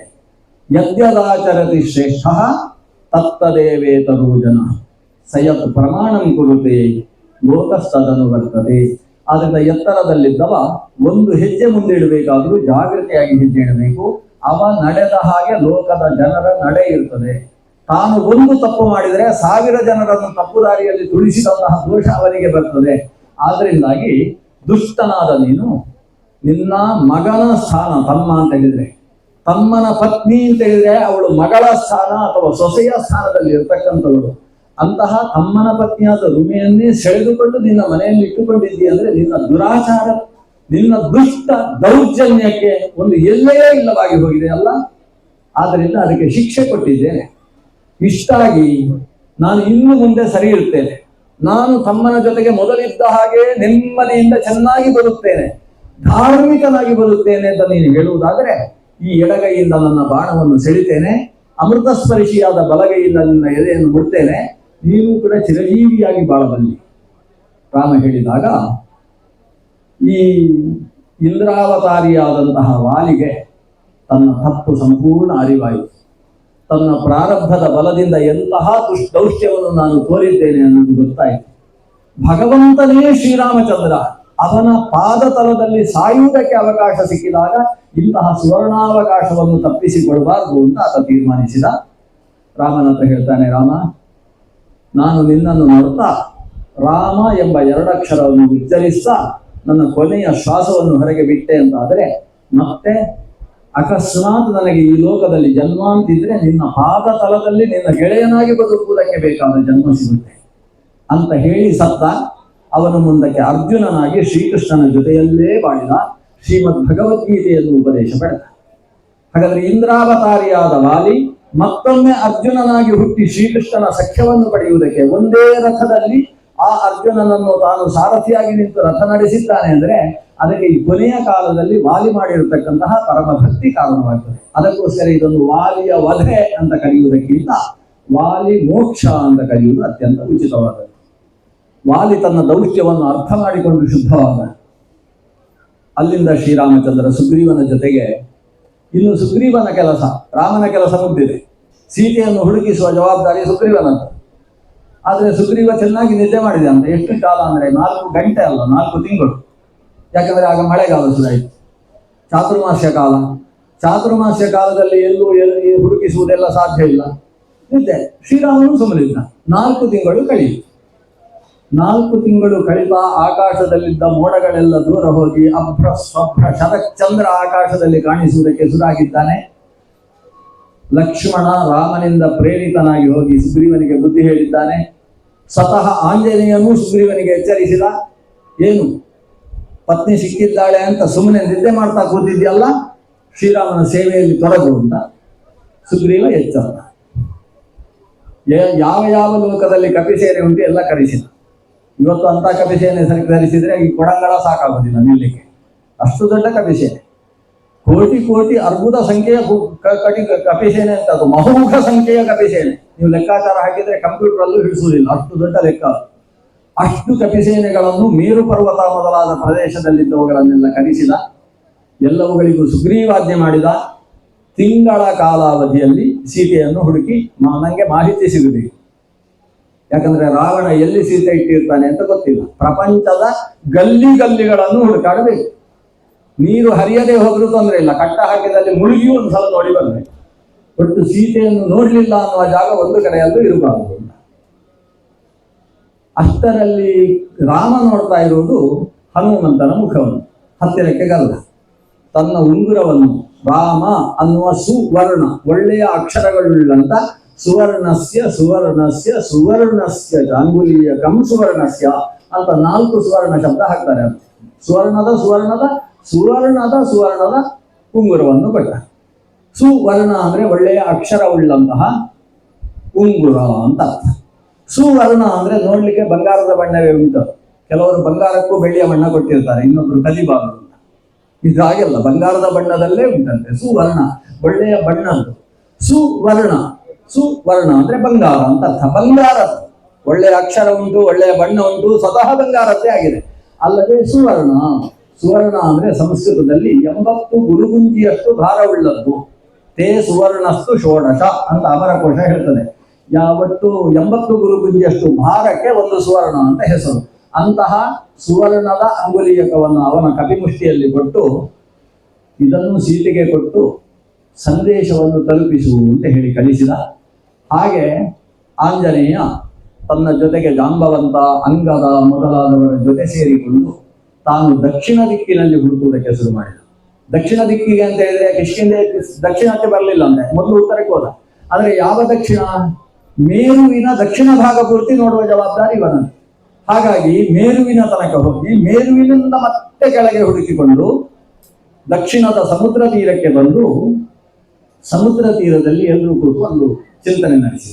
ಇದರ ಮಧ್ಯದಲ್ಲಿ ತುಂಬಾ ಕಥೆ ಎಲ್ಲ ಹಾರಿಸಿ ಬಿಟ್ಟಿದ್ದೇನೆ ನಾನು, 12 ಹೊಡೆಯಿತು ಅಂತೇಳಿ. ಅದರ ಮಧ್ಯದಲ್ಲಿ ಸ್ವಯಂಪ್ರಭೆಯ ಘಟನೆ, ಇವರೆಲ್ಲ ನಾವಿಲ್ಲೇ ಕೂತು ಬಿಡುವ, ತುಂಬಾ ಚೆನ್ನಾಗಿದೆ ಊಟ ಆದ ಮೇಲೆ ಬೇರೆ ತಂಪು ಪಾನೀಯ ಕುಡಿಯುವುದಕ್ಕೆ ಕೊಡ್ತಾರೆ, ಅಂತದ್ದೆಲ್ಲ ಭಾರಿ ಒಳ್ಳೆಯ ವ್ಯವಸ್ಥೆ ಇದೆ, ಅದರಿಂದ ಇಲ್ಲೇ ಕೊಡುವ ಅಂತ ಈ ಮಂಗಗಳೆಲ್ಲ ಮಾತಾಡಿದ್ದು. ಹನುಮಂತ ಜಾಗೃತೆ, ರಾಮ ಸೇವೆಯಲ್ಲಿ ಹೀಗೆಲ್ಲ ಮಾತಾಡಬಾರದು ಅಂತ ಹೇಳಿ ಅವರನ್ನು ಎಚ್ಚರಿಸಿದ್ದು. ಇದೆಲ್ಲ ಘಟನೆ ನಡೆದಿದೆ. ಸಮುದ್ರ ತೀರದಲ್ಲಿ ಬಂದು ಇವರು ಮಾತಾಡ್ತಾರೆ, ಈ ಸಮುದ್ರವನ್ನು ದಾಟಿ ಲಂಕೆಗೆ ಹೋಗುವ ಬಗೆ ಹೇಗೆ? ಅಸಾಧ್ಯ ಇದು. ಆಗ ನಮ್ಮ ಅಂಗದ ಅವನ ನೇತೃತ್ವದಲ್ಲಿ ಯಾರು ಹಾರ್ತೀರಿ ಹೇಳಿ ಅಂತೇಳಿ ಒಬ್ಬೊಬ್ರು ಹೇಳಿದ್ರು. ನಂದು 60 ಯೋಜನ, ನಂದು 64, ನಂದು 70. ನಮ್ಮ ಮುದುಕರಿದ್ರಲ್ವ, ಯಾರು ಕರಡಿ ಜಾಂಬವಂತ, ಅವನು ಒಂದು ಸಲ ಮೈಯನ್ನು ಅಲುಗಾಡಿಸಿಕೊಂಡು ನಾನು ಹಿಂದೆಲ್ಲ ಸಿಕ್ಕಾಪಟ್ಟೆ ಹಾರಿದ್ದೇನೆ ಅಂತ ಭಾರಿ ಉಪನ್ಯಾಸ ಶುರು ಮಾಡಿದ. ಎಲ್ಲ ಸಾಮಾನ್ಯ 88, 90 ಎಲ್ಲ ಆದ್ಮೇಲೆ ಹೀಗೆ ಎಲ್ಲ ಹಿಂದೆ ಏನೇನು ಮಾಡಿದ್ದೇನೆ. ಆ ವಾಮನ ದೇವ ತಾನು ಕಾಲು ಎತ್ತಿ ಗಂಗೆಯನ್ನು ಕೆಳಗೆ ಸುರಿಸುವ ಕಾಲದಲ್ಲಿ ಖುಷಿಯಿಂದ ನಾನು ಊರೆಲ್ಲ ಸುತ್ತಾಡಿದ ಘಟನೆ, ಬೇರಿ ದಾಟಿಕೊಂಡು ಸುತ್ತಾಡಿದೆ. ಹಾಗೆ ಹಾರುವ ಹೊತ್ತಿಗೆ ನನ್ನ ಮೊಣಗಂಟಿಗೆ ಮೇರು ಪರ್ವತ ತಾಗಿತ್ತು. ಅವತ್ತಿನಿಂದ ಸ್ವಲ್ಪ ಶಕ್ತಿ ಕಡಿಮೆ. ಹಾಗಾಗಿ ನನಗೆ 100 ಯೋಜನ ದಾಟುವುದು ಸ್ವಲ್ಪ ಕಷ್ಟ. 90, 92 ಅಷ್ಟು ಹಾರಬಲ್ಲೆ. ಅಲ್ಲಿಂದ ಬೇರೆ ಯಾರಾದ್ರೂ ಯುವಕರು ಮಾಡಿದ್ದನ್ನು ಕೆಲಸ ಅಂತ ಹೇಳಿದ. ಅಂಗದ ಹೇಳಿದ, ನಾನು 100 ಯೋಜನ ಹಾರಬಲ್ಲೆ, ಆದ್ರೆ ಅಲ್ಲಿ ಹೋದ್ಮೇಲೆ ಅವರ ಕೈಯಲ್ಲಿ ಸಿಕ್ಕಾಕೊಂಡು ಹಿಂದಕ್ಕೆ ಬರ್ತೇನೆ ಅನ್ನೋ ನಿಶ್ಚಯ ನಂಗಿಲ್ವೋ. ಆಗ ಜಾಂಬವಂತ ಹೇಳಿದ, ಅಲ್ಲಿ ಕೂತಿದ್ದಾನಲ್ಲ ಅವನಲ್ಲಿ ಆಗ್ಬಿಟ್ಟದ್ದು. ಅವನಲ್ಲಿ ಬದಿಯಲ್ಲಿ ಕೂತ್ಕೊಂಡಿದ್ದ, ಕೂತು ಹೀಗೆ ಕೈ ಹೀಗೆ ಇಟ್ಕೊಂಡು ಕೂತಿದ್ದಾನೆ. ರಾಮ ರಾಮ ಅವನು ಜಪ. ರಾಮ ಅನ್ನುವ ಅಕ್ಷರದಲ್ಲೇ ಆತ ಎಲ್ಲಾ ರಾಗಗಳನ್ನು ಸೇರಿಸಿ ಆಡ್ತಾ ಇದ್ದಂತೆ ಹನುಮಂತ. ಕೆಲವರಿಗೆ ವಾತಾಪಿ ಗಣಪತಿ ಕೊಟ್ಟರೆ ಸಾಕು, 24 ಗಂಟೆ ಅದನ್ನು ಮುಂದೆ ಹೋಗುವುದೇ ಇಲ್ಲ. ಹಾಗೆ ಇವನು ಬರೀ ರಾಮ ಅನ್ನೋ 2 ಅಕ್ಷರದಲ್ಲಿ ಸಮಗ್ರ ರಾಗಗಳನ್ನು ಜೋಡಿಸಿ ಹಾಡತಕ್ಕಂತಹ ಗಂಧರ್ವ ವಿದ್ಯಾ ನಿಪುಣಸ್ಯ ತಸ್ಯ ಗಂಧರ್ವ ವರ್ಯೈಹಿ ಅನುಗೀತ ಕೀರ್ತಿಹಿ, ಸಂಗೀತ ಶಾಸ್ತ್ರದಲ್ಲಿ ಮಹಾಪಾರಂಗತನಾದವ ಹನುಮಂತ. ಅವನ ಹತ್ತಿರಕ್ಕೆ ಹೋಗಿ ಎಲ್ಲರೂ ಸುತ್ತ ಸೇರಿದರು. ನೀನು ಹಾರಬಹುದಲ್ವ, ಎಂಥ ಶಕ್ತಿ ನಿಂದು, ಹೌದಲ್ವ ಅಂತ ಹನುಮಂತ ಎದ್ದು ನಿಂತ. ಸಂಪಾತಿಯಿಂದ ಸೂಚಿತವಾದಂತಹ ಲಂಕೆಯ ಕಡೆಗೆ ತಾನು ಎದ್ದು ನಿಂತು ಲಂಕೆಯನ್ನು ನೋಡಿದ. ಲಂಕೆಯನ್ನು ನೋಡಿ ಹಾರುವುದಕ್ಕೆ ಸಂಕಲ್ಪಿಸಿದ ಅನ್ನುವಲ್ಲಿಗೆ ಕಿಷ್ಕಿಂಧಾಕಾಂಡ ಮುಗಿಯಿತು. ಹಾರುವುದು ನಾಳೆ, ಇವತ್ತು ಮುಹೂರ್ತ ಸರಿ ಇಲ್ಲ ಹಾರಲಿಕ್ಕೆ. ಅಂದ ಹನುಮಂತ ಹಾರುವ ಘಟನೆ ಅದು ನಾಳೆಯ ದಿವಸ ಬುಧವಾರದ ದಿವಸ ನಡೆಯುತ್ತೆ. ಇವತ್ತಿನ ದಿವಸ ಈ ಕಿಷ್ಕಿಂಧಾಕಾಂಡ ಕೊನೆಯಾಗುವುದು ಸಮುದ್ರ ತೀರದಲ್ಲಿ ನಮ್ಮಿಂದ ಸಾಧ್ಯ ಇಲ್ಲ ಅಂತ ಕೂತ ವ್ಯಕ್ತಿಗಳಿಗೆ ಹನುಮಂತ ಅಸಾಧ್ಯವಾದದ್ದು ಯಾವುದೂ ಇಲ್ಲ, ನಾನು ರಾಮಚಂದ್ರನನ್ನು ನೆನೆಸಿಕೊಂಡು ಹಾರ್ತೇನೆ ಅಂತ ಎದ್ದು ನಿಂತಿದ್ದಾನೆ ಅನ್ನುವುದು ಇಷ್ಟು ಕಥೆ. ಅದು ಕಿಷ್ಕಿಂಧೆಯಲ್ಲಿ ಬಂದಿರತಕ್ಕಂತಹ ಘಟನೆಗಳು. ಈ ಕಾಂಡದ ಒಟ್ಟು ಆಂತರ್ಯ ಏನಿದೆ ಅಂದ್ರೆ, ನಾವು ಯಾವತ್ತೂ ಕೂಡ ದೊಡ್ಡ ಕೆಲಸ ನನ್ನಿಂದ ಸಾಧ್ಯವಾಗಲಾರದು ಅಂತ ಕೂತು ಬಿಡುವುದಲ್ಲ, ಮಾಡಬೇಕು, ಮಾಡತಕ್ಕದ್ದು ಅಂತ ತೀರ್ಮಾನವಾದ ಮೇಲೆ ಅಲ್ಲಿ ಮುಂದುವರಿಬೇಕು. ನನ್ನಿಂದ ಸಾಧ್ಯ ಇಲ್ಲ ಅಂತ ಕೊಡಬಾರ್ದು, ಮುಂದುವರಿಬೇಕು, ಹೆಚ್ಚು ಮುಂದಿಡಬೇಕು. ದೊಡ್ಡ ವ್ಯಕ್ತಿಗಳು ಬಂದು ಅದನ್ನು ಆಗಗೊಳಿಸ್ತಾರೆ. ಕೆಲಸದಲ್ಲಿ ಹಿಂಜರಿಬಾರದು. ಇದಕ್ಕೆ ಟಿಟ್ಟಿಭ ನ್ಯಾಯ ಅಂತ ಹೆಸರು. ಟಿಟ್ಟಿಭ ಪಕ್ಷಿಗಳು ಎರಡಿದ್ದು ದಂಪತಿಗಳು. ಟಿಟ್ಟಿಭ ಅಂದ್ರೆ ನಿಮಗೆ ಗುಬ್ಬಿ ಗೊತ್ತಿದೆಯಾ ಏನೋ ಗೊತ್ತಿಲ್ಲ, ಚಿಕ್ಕಮ್ಮ ಗೊತ್ತಿದೆ. ಗುಬ್ಬಿ ಅಂತ ಒಂದು ಪುಟ್ಟ ಹಕ್ಕಿ ಇರುತ್ತೆ. ಚಟಕ ಅಂತ ಹಕ್ಕಿ ಕರೀತಾರೆ. ಚಟಕ ಚಟಕ ರೇ ಚಟಕ ಚಿಂಚು ಜಸಿಕಿಂ ಚಟಕ ಅಂತ ಕೇಳ್ತಾರಲ್ಲ, ಚಿಂಚು ಅಂತ ಶಬ್ದ ಮಾಡುವಂತಹ ಚಟಕ ಪಕ್ಷಿ ಗುಬ್ಬಿ. ಅದರ ಹಾಗೆ ಇರತಕ್ಕಂತಹ ಪಕ್ಷಿಗಳು ಟಿಟ್ಟಿಭ. ಅದು ಟಿಟ್ಟಿ ಟಿಟ್ಟಿ ಟಿಟ್ಟಿ ಅಂತ ಶಬ್ದ ಮಾಡುವುದಕ್ಕೆ ಅದಕ್ಕೆ ಟಿಟ್ಟಿಭ ಅಂತ ಹೆಸರು. ಹೇಗೆ ಕಾ ಕಾ ಅಂತ ಶಬ್ದ ಮಾಡಿದ್ರೆ ಹಕ್ಕಿಗೆ ಏನು ಹೆಸರು? ಕಾ ಕಹ ಅಂತ ಹೆಸರು. ಲಂಡನ್ ನಲ್ಲಿ ಅದು ಕ್ರಾ ಕ್ರಾ ಶಬ್ದ ಮಾಡ್ತಾರೆ, ಅದಕ್ಕೆ ಕ್ರಾ ಅಂತ ಹೆಸರು ಇಟ್ಟಿದ್ದಾರೆ. ಬಟ್ ಇಲ್ಲಿ ಟಿಟ್ಟಿ ಅಂತ ಶಬ್ದ ಮಾಡುವ ಹಕ್ಕಿಗೆ ಟಿಟ್ಟಿಭ ಅಂತ ಹೆಸರು. ದಂಪತಿಗಳು. ಆ ಟಿಟ್ಟಿಭ ಹಕ್ಕಿಗಳು ಸಮುದ್ರ ತೀರದ ಒಂದು ಮರದಲ್ಲಿ ವಾಸ ಮಾಡಿದ್ದಾರೆ. ಒಂದು ಮೊಟ್ಟೆ ಇಟ್ಟಿತು ಹೆಣ್ಣು ಹಕ್ಕಿ. ಸಮುದ್ರ ಅದು ಸರಿಯಾಗಿ ಅಮಾವಾಸ್ಯೆಗೆ ಮೊಟ್ಟೆ ಇಟ್ಟಿದೆ. ಸಮುದ್ರ ಉಕ್ಕಿ ಬಂದು ಮೊಟ್ಟೆಯನ್ನು ಅಪಹರಿಸಿಕೊಂಡು ಹೋಯಿತು. ಹೆಣ್ಣು ಹಕ್ಕಿಗೆ ಸಿಟ್ಟು ಬಂತು. ಗಂಡನ ಹತ್ರ ಹೇಳಿದ್ದು ಹೀಗಾಗಬೇಕು. ಗಂಡ ಹೇಳಿದ, ಮತ್ತೆ ಮುಂದೆ ಮೊಟ್ಟೆ ಇಡ್ತೀಯಲ್ವ, ಪರವಾಗಿಲ್ಲ, ಸಮಾಧಾನ ಮಾಡ್ಕೊಂಡ. 1 ತಿಂಗಳಾಯ್ತು, ಮತ್ತೊಂದು ಮೊಟ್ಟೆ ಇಟ್ಟು. ಮೊಟ್ಟೆ ಇಟ್ಟ ದಿವಸ ಹುಣ್ಣಿಮೆ ಇತ್ತು, ಬಂತು, ಹಾರಿ ಬಂದು ಅದನ್ನು ನುಂಗಿಕೊಂಡು ಹೋಯ್ತು ಸಮುದ್ರ. ಇವರು ಆಹಾರಕ್ಕೋಸ್ಕರ ಗೂಡು ಬಿಟ್ಟು ಹೊರಟಾಗ್ಲೇ ಅದು ಬಂದು ಇದನ್ನು ಅಪಹರಿಸಿಕೊಂಡು ಹೋಗುದು. ಬೇಕು ಬೇಕು ಅಂತ ಸಮುದ್ರ ಮಾಡುವುದಕ್ಕೆ ಕೆಲಸ ಶುರು ಮಾಡಿದ್ದಾನೆ. 3ನೇ ಮೊಟ್ಟೆಯು ಹೋದಾಗ ಗಂಡು ಹಕ್ಕಿಗೂ ಸಿಟ್ಟು ಬಂತು. ನೋಡು, 4ನೇ ಮೊಟ್ಟೆ ಏನಾದ್ರೂ ಅಪಹರಿಸಿದರೆ ಸಮುದ್ರವನ್ನೇ ನಾಶ ಮಾಡಿಬಿಡ್ತೇನೆ ಈ ಹಕ್ಕಿ ತೀರ್ಮಾನ ಮಾಡಿದೆ. 4ನೇ ಮೊಟ್ಟೆಯನ್ನು ಸಮುದ್ರ ಅಪಹರಿಸಿದಾಗ 2 ಹಕ್ಕಿಗಳು ತೀರ್ಮಾನಿಸಿದ್ವು ಈ ಸಮುದ್ರವನ್ನು ಒಣಗಿಸಿ ಹಾಕಬೇಕು ಅಂತ. ಏನ್ ಮಾಡುವುದು? ಹೋಗಿ ಸಮುದ್ರವನ್ನು ಹೋಗಿ ನೀರು ಕುಡಿಯುವುದು ಬಾಯಲ್ಲಿ. ಈ ಕಡೆ ಒಂದು ಮರಳಿನಲ್ಲಿ ಉಗುಳುವುದು, ಮತ್ತೆ ಹೋಗುದು, ಇಲ್ಲಿ ಉಗುಳುವುದು, ಉಗುಳಿದ್ದು ಮತ್ತೆ ಮರಳಿನಲ್ಲಿ ಒಳಗೆ ಹೋಗಿ ಸಮುದ್ರಕ್ಕೆ ಸೇರುವುದು. ಇವ್ರದ್ದು ಒಂದು ಯೋಜನೆ ಏನು? ಸಮುದ್ರವನ್ನು ಖಾಲಿ ಮಾಡಬೇಕು, ಮೊಟ್ಟೆಗಳನ್ನು 4 ಹಿಂದಕ್ಕೆ ಬಡಿಬೇಕು. ಇದೊಂದು ದೊಡ್ಡ ಯೋಜನೆ. ಈ ರೀತಿ ಮಾಡ್ತಾ ಇದ್ದಾರೆ. ಜೊತೆಗೆ ವಿಷ್ಣು ಸಹಸ್ರನಾಮ ಪಾರಾಯಣ ಮಾಡಿಕೊಂಡು ಮಾಡ್ತಾ ಇದ್ದಾರೆ. ವಿಶ್ವಾಯ ನಮಃ ವಿಷ್ಣುವೇ ನಮಃ ಒಂದೊಂದಕ್ಕೆ. ಅಷ್ಟು ಹೊತ್ತಿಗೆ ಗರುಡ ಅಲ್ಲಿ ಹೊರಡ್ತಾ ಇದ್ದಾನೆ. ಗರುಡ ನೋಡಿದ. ವಸ್ತುತಃ ನಡೆದ ಘಟನೆ ದೊಡ್ಡದಿದೆ, ಮಹಾಭಾರತದ ಕಥೆ ಇದೆ. ನಾರದರು ನೋಡಿದ್ರಂತೆ. ನಾರದರು ನೋಡಿ ಗರುಡನ ಹತ್ರ ಹೋಗಿ ಹೇಳಿದ್ರು, ನಿಮ್ಮ ಜಾತಿಯವರದ್ದು ಸಮಸ್ಯೆ ಅಂತ ಹೇಳಿದ್ರು. ಗರುಡನಿಗೆ ನಮ್ಮ ಜಾತಿಯವ್ರದ್ದು ಹೀಗಾಗಿದೆಯಾ, ಸಮುದ್ರ ಹೀಗೆ ಮಾಡಿದ್ದಾನ ಅಂತ. ಗರುಡ ಸೀದಾ ಸಮುದ್ರಕ್ಕೆ ಬಂದ. ತನ್ನ ರೆಕ್ಕೆಗಳಲ್ಲಿ ಸಮುದ್ರಕ್ಕೆ ಒಂದು ಬಡ್ದ. ಸಮುದ್ರದ ಮೊಸಳೆಗಳು ಕೂಡ ಯೋಜನದೆಷ್ಟರಕ್ಕೆ ಹಾರಿರುವಂತೆ. ಸಮುದ್ರ ರಾಜನಿಗೆ ಗರುಡನ ಪೆಟ್ಟು ಸಹಿಸಲಾಗದೆ ಆತ ಬಂಗಾರದ ತಟ್ಟೆಯಲ್ಲಿ 4 ಮೊಟ್ಟೆಗಳನ್ನಿಟ್ಟು ಬಂದು ಗರುಡನಿಗೆ ಅರ್ಪಿಸಿದಂತೆ. ಆಗ ಗರುಡ ಹೇಳಿದ, ನನಗೆ ಅರ್ಪಿಸುವುದಲ್ಲ, ಆ ಹಕ್ಕಿಗಳಿಗೆ ಕೊಡು. ಸಾಕ್ಷಾತ್ ಸಮುದ್ರ ರಾಜನಾದ ವರುಣದೇವ ಆ 4 ಮೊಟ್ಟೆಗಳನ್ನು ಈ ಹಕ್ಕಿಗಳಿಗೆ ಕೊಟ್ಟು ಅವುಗಳಿಗೆ ತಂಪು ನೀರಿನಿಂದ ಅಭಿಷೇಕ ಮಾಡಿ ಖುಷಿಪಡಿಸಿ ತಪ್ಪಾಯಿತು ಅಂತ ಹೇಳಿ ಹೋದ ಅಂತ ಒಂದು ಕಥೆ. ಈ ಕಥೆ ಏನು ಹೇಳ್ತದೆ? ಟಿಟ್ಟಿಭ ನ್ಯಾಯ ಅಂತ ಇದನ್ನು ಕರೀತಾರೆ. ಏನು ಹೇಳ್ತದೆ? ಆಗುವುದಿಲ್ಲ ಅಂತ ಹೇಳಿ ಕೊಡಬೇಕು, ಮಾಡಬೇಕು ಅಂತಾದ್ರೆ ಮುಂದುವರಿ, ದೊಡ್ಡವರ ಸಹಾಯ ಸಿಗ್ತದೆ, ಕೆಲಸ ಪೂರ್ಣ ಆಗ್ತದೆ. ಇಲ್ಲಿ ಹೋದ್ರೆ ಯಾರಾದರೂ ಇಂಥ ಒಂದು ಬ್ರಹ್ಮ ಕಲಶ ಮಾಡುವುದಾ, ಸಾಧ್ಯ ಇಲ್ಲಪ್ಪ ಅಂತ ಕೂತ್ರೆ ಆಗ್ತಿತ್ತ? ಆಗ್ತದೆ. ದೇವರಿದ್ದಾನೆ ಅಂತ ಅಲ್ವ ಹೊರಡಬೇಕು. ಹೊರಟ ಮೇಲೆ ಅದು ಎಷ್ಟು ವಿಜೃಂಭಣೆ, ಎಂಥ ಸ್ವಾಮಿಗಳೆಲ್ಲ ಬಂದು ಎಷ್ಟೆಷ್ಟು ಜನ ಸೇರ್ತಾರೆ. ಇಷ್ಟು ದೊಡ್ಡ ಜಾತ್ರೆಯಲ್ಲೂ ಒಂದು ರಾಮಾಯಣ ಉಪನ್ಯಾಸ ಮಾಡಿದ್ರೆ ಇಷ್ಟು ಜನ ಕೂತು ಕೇಳ್ತಾರಲ್ವಾ. ಇದೆಲ್ಲ ಘಟಿಸಬೇಕಾದ್ರೆ ಮೊದಲು ಶುರು ಮಾಡಬೇಕಲ್ವಾ. ಆದ್ರಿಂದ ಕೆಲಸದಲ್ಲಿ ಯಾವತ್ತೂ ಕೂಡ ದೈವಂ ನಿಹತ್ಯ ಕುರು ಪೌರುಷಮಾತ್ಮ ಶಕ್ತಿಯ ಯತ್ನೇ ಕೃತೆ ಯದಿ ನ ಸಿದ್ಧ್ಯತಿ ಗೋತ್ರ ದೋಷ. ನಮ್ಮ ಪ್ರಯತ್ನ ಮಾಡಬೇಕು. ಪ್ರಯತ್ನ ಮಾಡಿಯೂ ಆಗಲೇ ಇಲ್ಲ ಅಂತ ಆದ್ರೆ ಆಗ ಭಗವಂತನಿಗೆ ಕೈ ಮುಗಿಬೇಕು. ಆದರೆ ಮನುಷ್ಯನ ಪ್ರಯತ್ನಕ್ಕೆ ಇಂಬು ಕೊಡುವ ಕೆಲಸ ಈ ಸಂಕಲ್ಪದ ಮೂಲಕ ಘಟಿಸುತ್ತೆ ಅನ್ನುವುದೇ ಕಿಷ್ಕಿಂಧಾಕಾಂಡದ ಮುಖ್ಯವಾದಂತಹ ಸಂದೇಶ ಅನ್ನುವ ಚಿಂತನೆಯ ಜೊತೆಗೆ ಕೊಡಂಗಳದ ವಿಷ್ಣುಮೂರ್ತಿ ದೇವರು ಈ ಪ್ರದೇಶದ ಅಲ್ಲ, ಇವತ್ತು ಈ ಪ್ರದೇಶದಿಂದ ಸಮುದ್ರ ಹಾರಿ ಪರದೇಶಕ್ಕೂ ಹೋಗಿರುವ ಅದೆಷ್ಟೋ ಜನರಿಗೆ ಕುಲದೇವರು. ಆ ಕಾರಣದಿಂದ ಕುಲದೇವರು ಅನ್ನುವ ಶ್ರದ್ಧೆಯನ್ನು ಇವತ್ತಿಗೂ ಭಾರತ ದೇಶದ ಜನ ಉಳಿಸಿಕೊಂಡಿದ್ದಾರಲ್ಲ, ಅದು ಅವರಿಗೆ ಶ್ರೀರಕ್ಷೆ.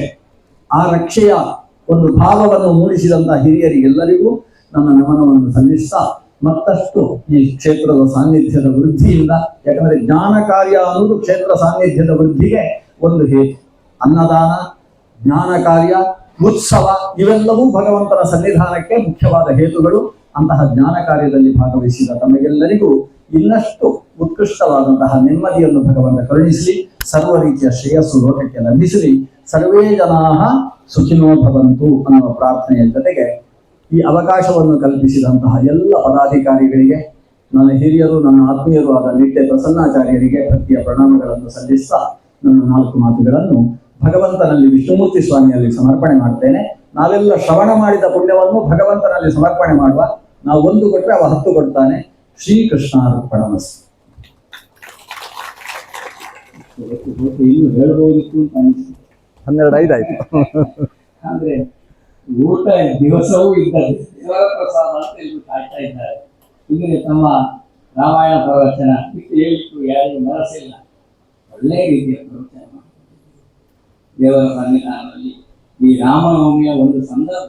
4ನೇ ತಾರೀಕಿಗೆ ರಾಮನವಮಿ ಬರ್ತದೆ. ನವರಾತ್ರಿ, ರಾಮ ನವರಾತ್ರಿಯ ಸಂದರ್ಭದಲ್ಲಿ ನಮ್ಮ ತಂತ್ರಿಗಳು ಈ ದಿನವೇ ಆಗಬೇಕು ಅಂತ ಹೇಳಿ ದೇವರ ಪ್ರತಿಷ್ಠಾಪನೆಗೆ ಸಂಕಲ್ಪಿಸಿದ್ದನ್ನು ನಮ್ಮ ಕುಟುಂಬದವರೆಲ್ಲ ಒಟ್ಟಾಗಿ ಈ ದೇವರಿಗೆ ಈ ರೀತಿಯಲ್ಲಿ ಸಮರ್ಪಿಸುವುದು ಅದು ಸೂಕ್ತ.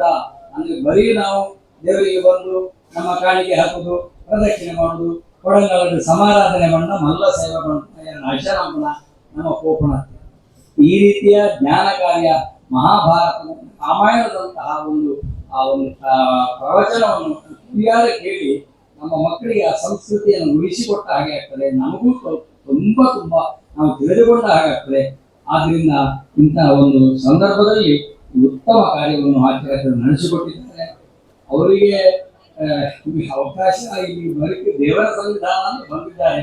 ಬೆಂಗಳೂರಿನಲ್ಲಿ ಅವರಿಗೆ ಬಿಡುವಿಲ್ಲದ ಸಮಯ ಉಂಟು. ಆದ್ರಿಂದ ಈ ಕ್ಷೇತ್ರಕ್ಕೆ ಬಂದು ಈ ಕಾರ್ಯಕ್ರಮವನ್ನು ನಡೆಸಿಕೊಟ್ಟಿದ್ದಕ್ಕೆ ನಮ್ಮ ಕೊಡಂಗಲ ಆಡಳಿತ ದೇವಸ್ಥಾನದ ಆಡಳಿತ ಮಂಡಳಿಯ ಪರವಾಗಿ ವಿಶೇಷವಾದ ತುಂಬು ಹೃದಯದ ಕೃತಜ್ಞತೆಯನ್ನು ಸಮರ್ಪಿಸುತ್ತಾ, ವಿಷ್ಣುಮೂರ್ತಿ ಅನುಗ್ರಹವನ್ನು ಸಂಪ್ರಾರ್ಥಿಸುತ್ತಾ, ಕುಲತ್ರಯದವರಲ್ಲಿ ನಮ್ಮೆಲ್ಲರ ವಿನಂತಿ ಏನು ಹೇಳಿದರೆ, ಅವರು ದೇಶಾಂತರಕ್ಕೆ ಹೋಗಿ ಎಲ್ಲರೂ ನಾವೀಗ ಬಂದಿದ್ದೇವೆ ಹೇಳಿದೆ. ಇಲ್ಲಿ ನಾವು ನಮ್ಮ ಸಂದೇಹಗಳನ್ನು ಬದಲಿಸಿಕೊಂಡಿದ್ದೇವೆ.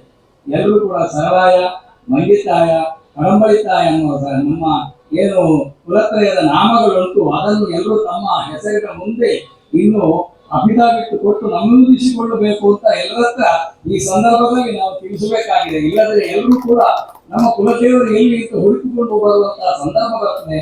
ಆದ್ರಿಂದ ಈ ಸಂದರ್ಭದಲ್ಲಿ ಎಲ್ಲರೂ ಈ ದೇವರ ಪ್ರತಿಷ್ಠಾಪನೆಯ ಈ ಸಂದರ್ಭದಲ್ಲಿ ಎಲ್ಲರೂ ಕೂಡ ನಮ್ಮ ಅನುಷ್ಠಾನಗೊಳಿಸಬೇಕು ಅಂತ ಮನವಿ ಮಾಡಿಕೊಳ್ಳುತ್ತಾ, ಆಚಾರ್ಯರಿಗೆ ಗುರುನಾರಾಯಣ ಸರಳಾಯರು ಯಥಾಶಕ್ತಿ ದೇವಸ್ಥಾನದ ಸಂಭಾವನೆಯನ್ನು ಅವರಿಗೆ ಕೊಡಬೇಕು ಅಂತ ಕೇಳ್ತಾರೆ.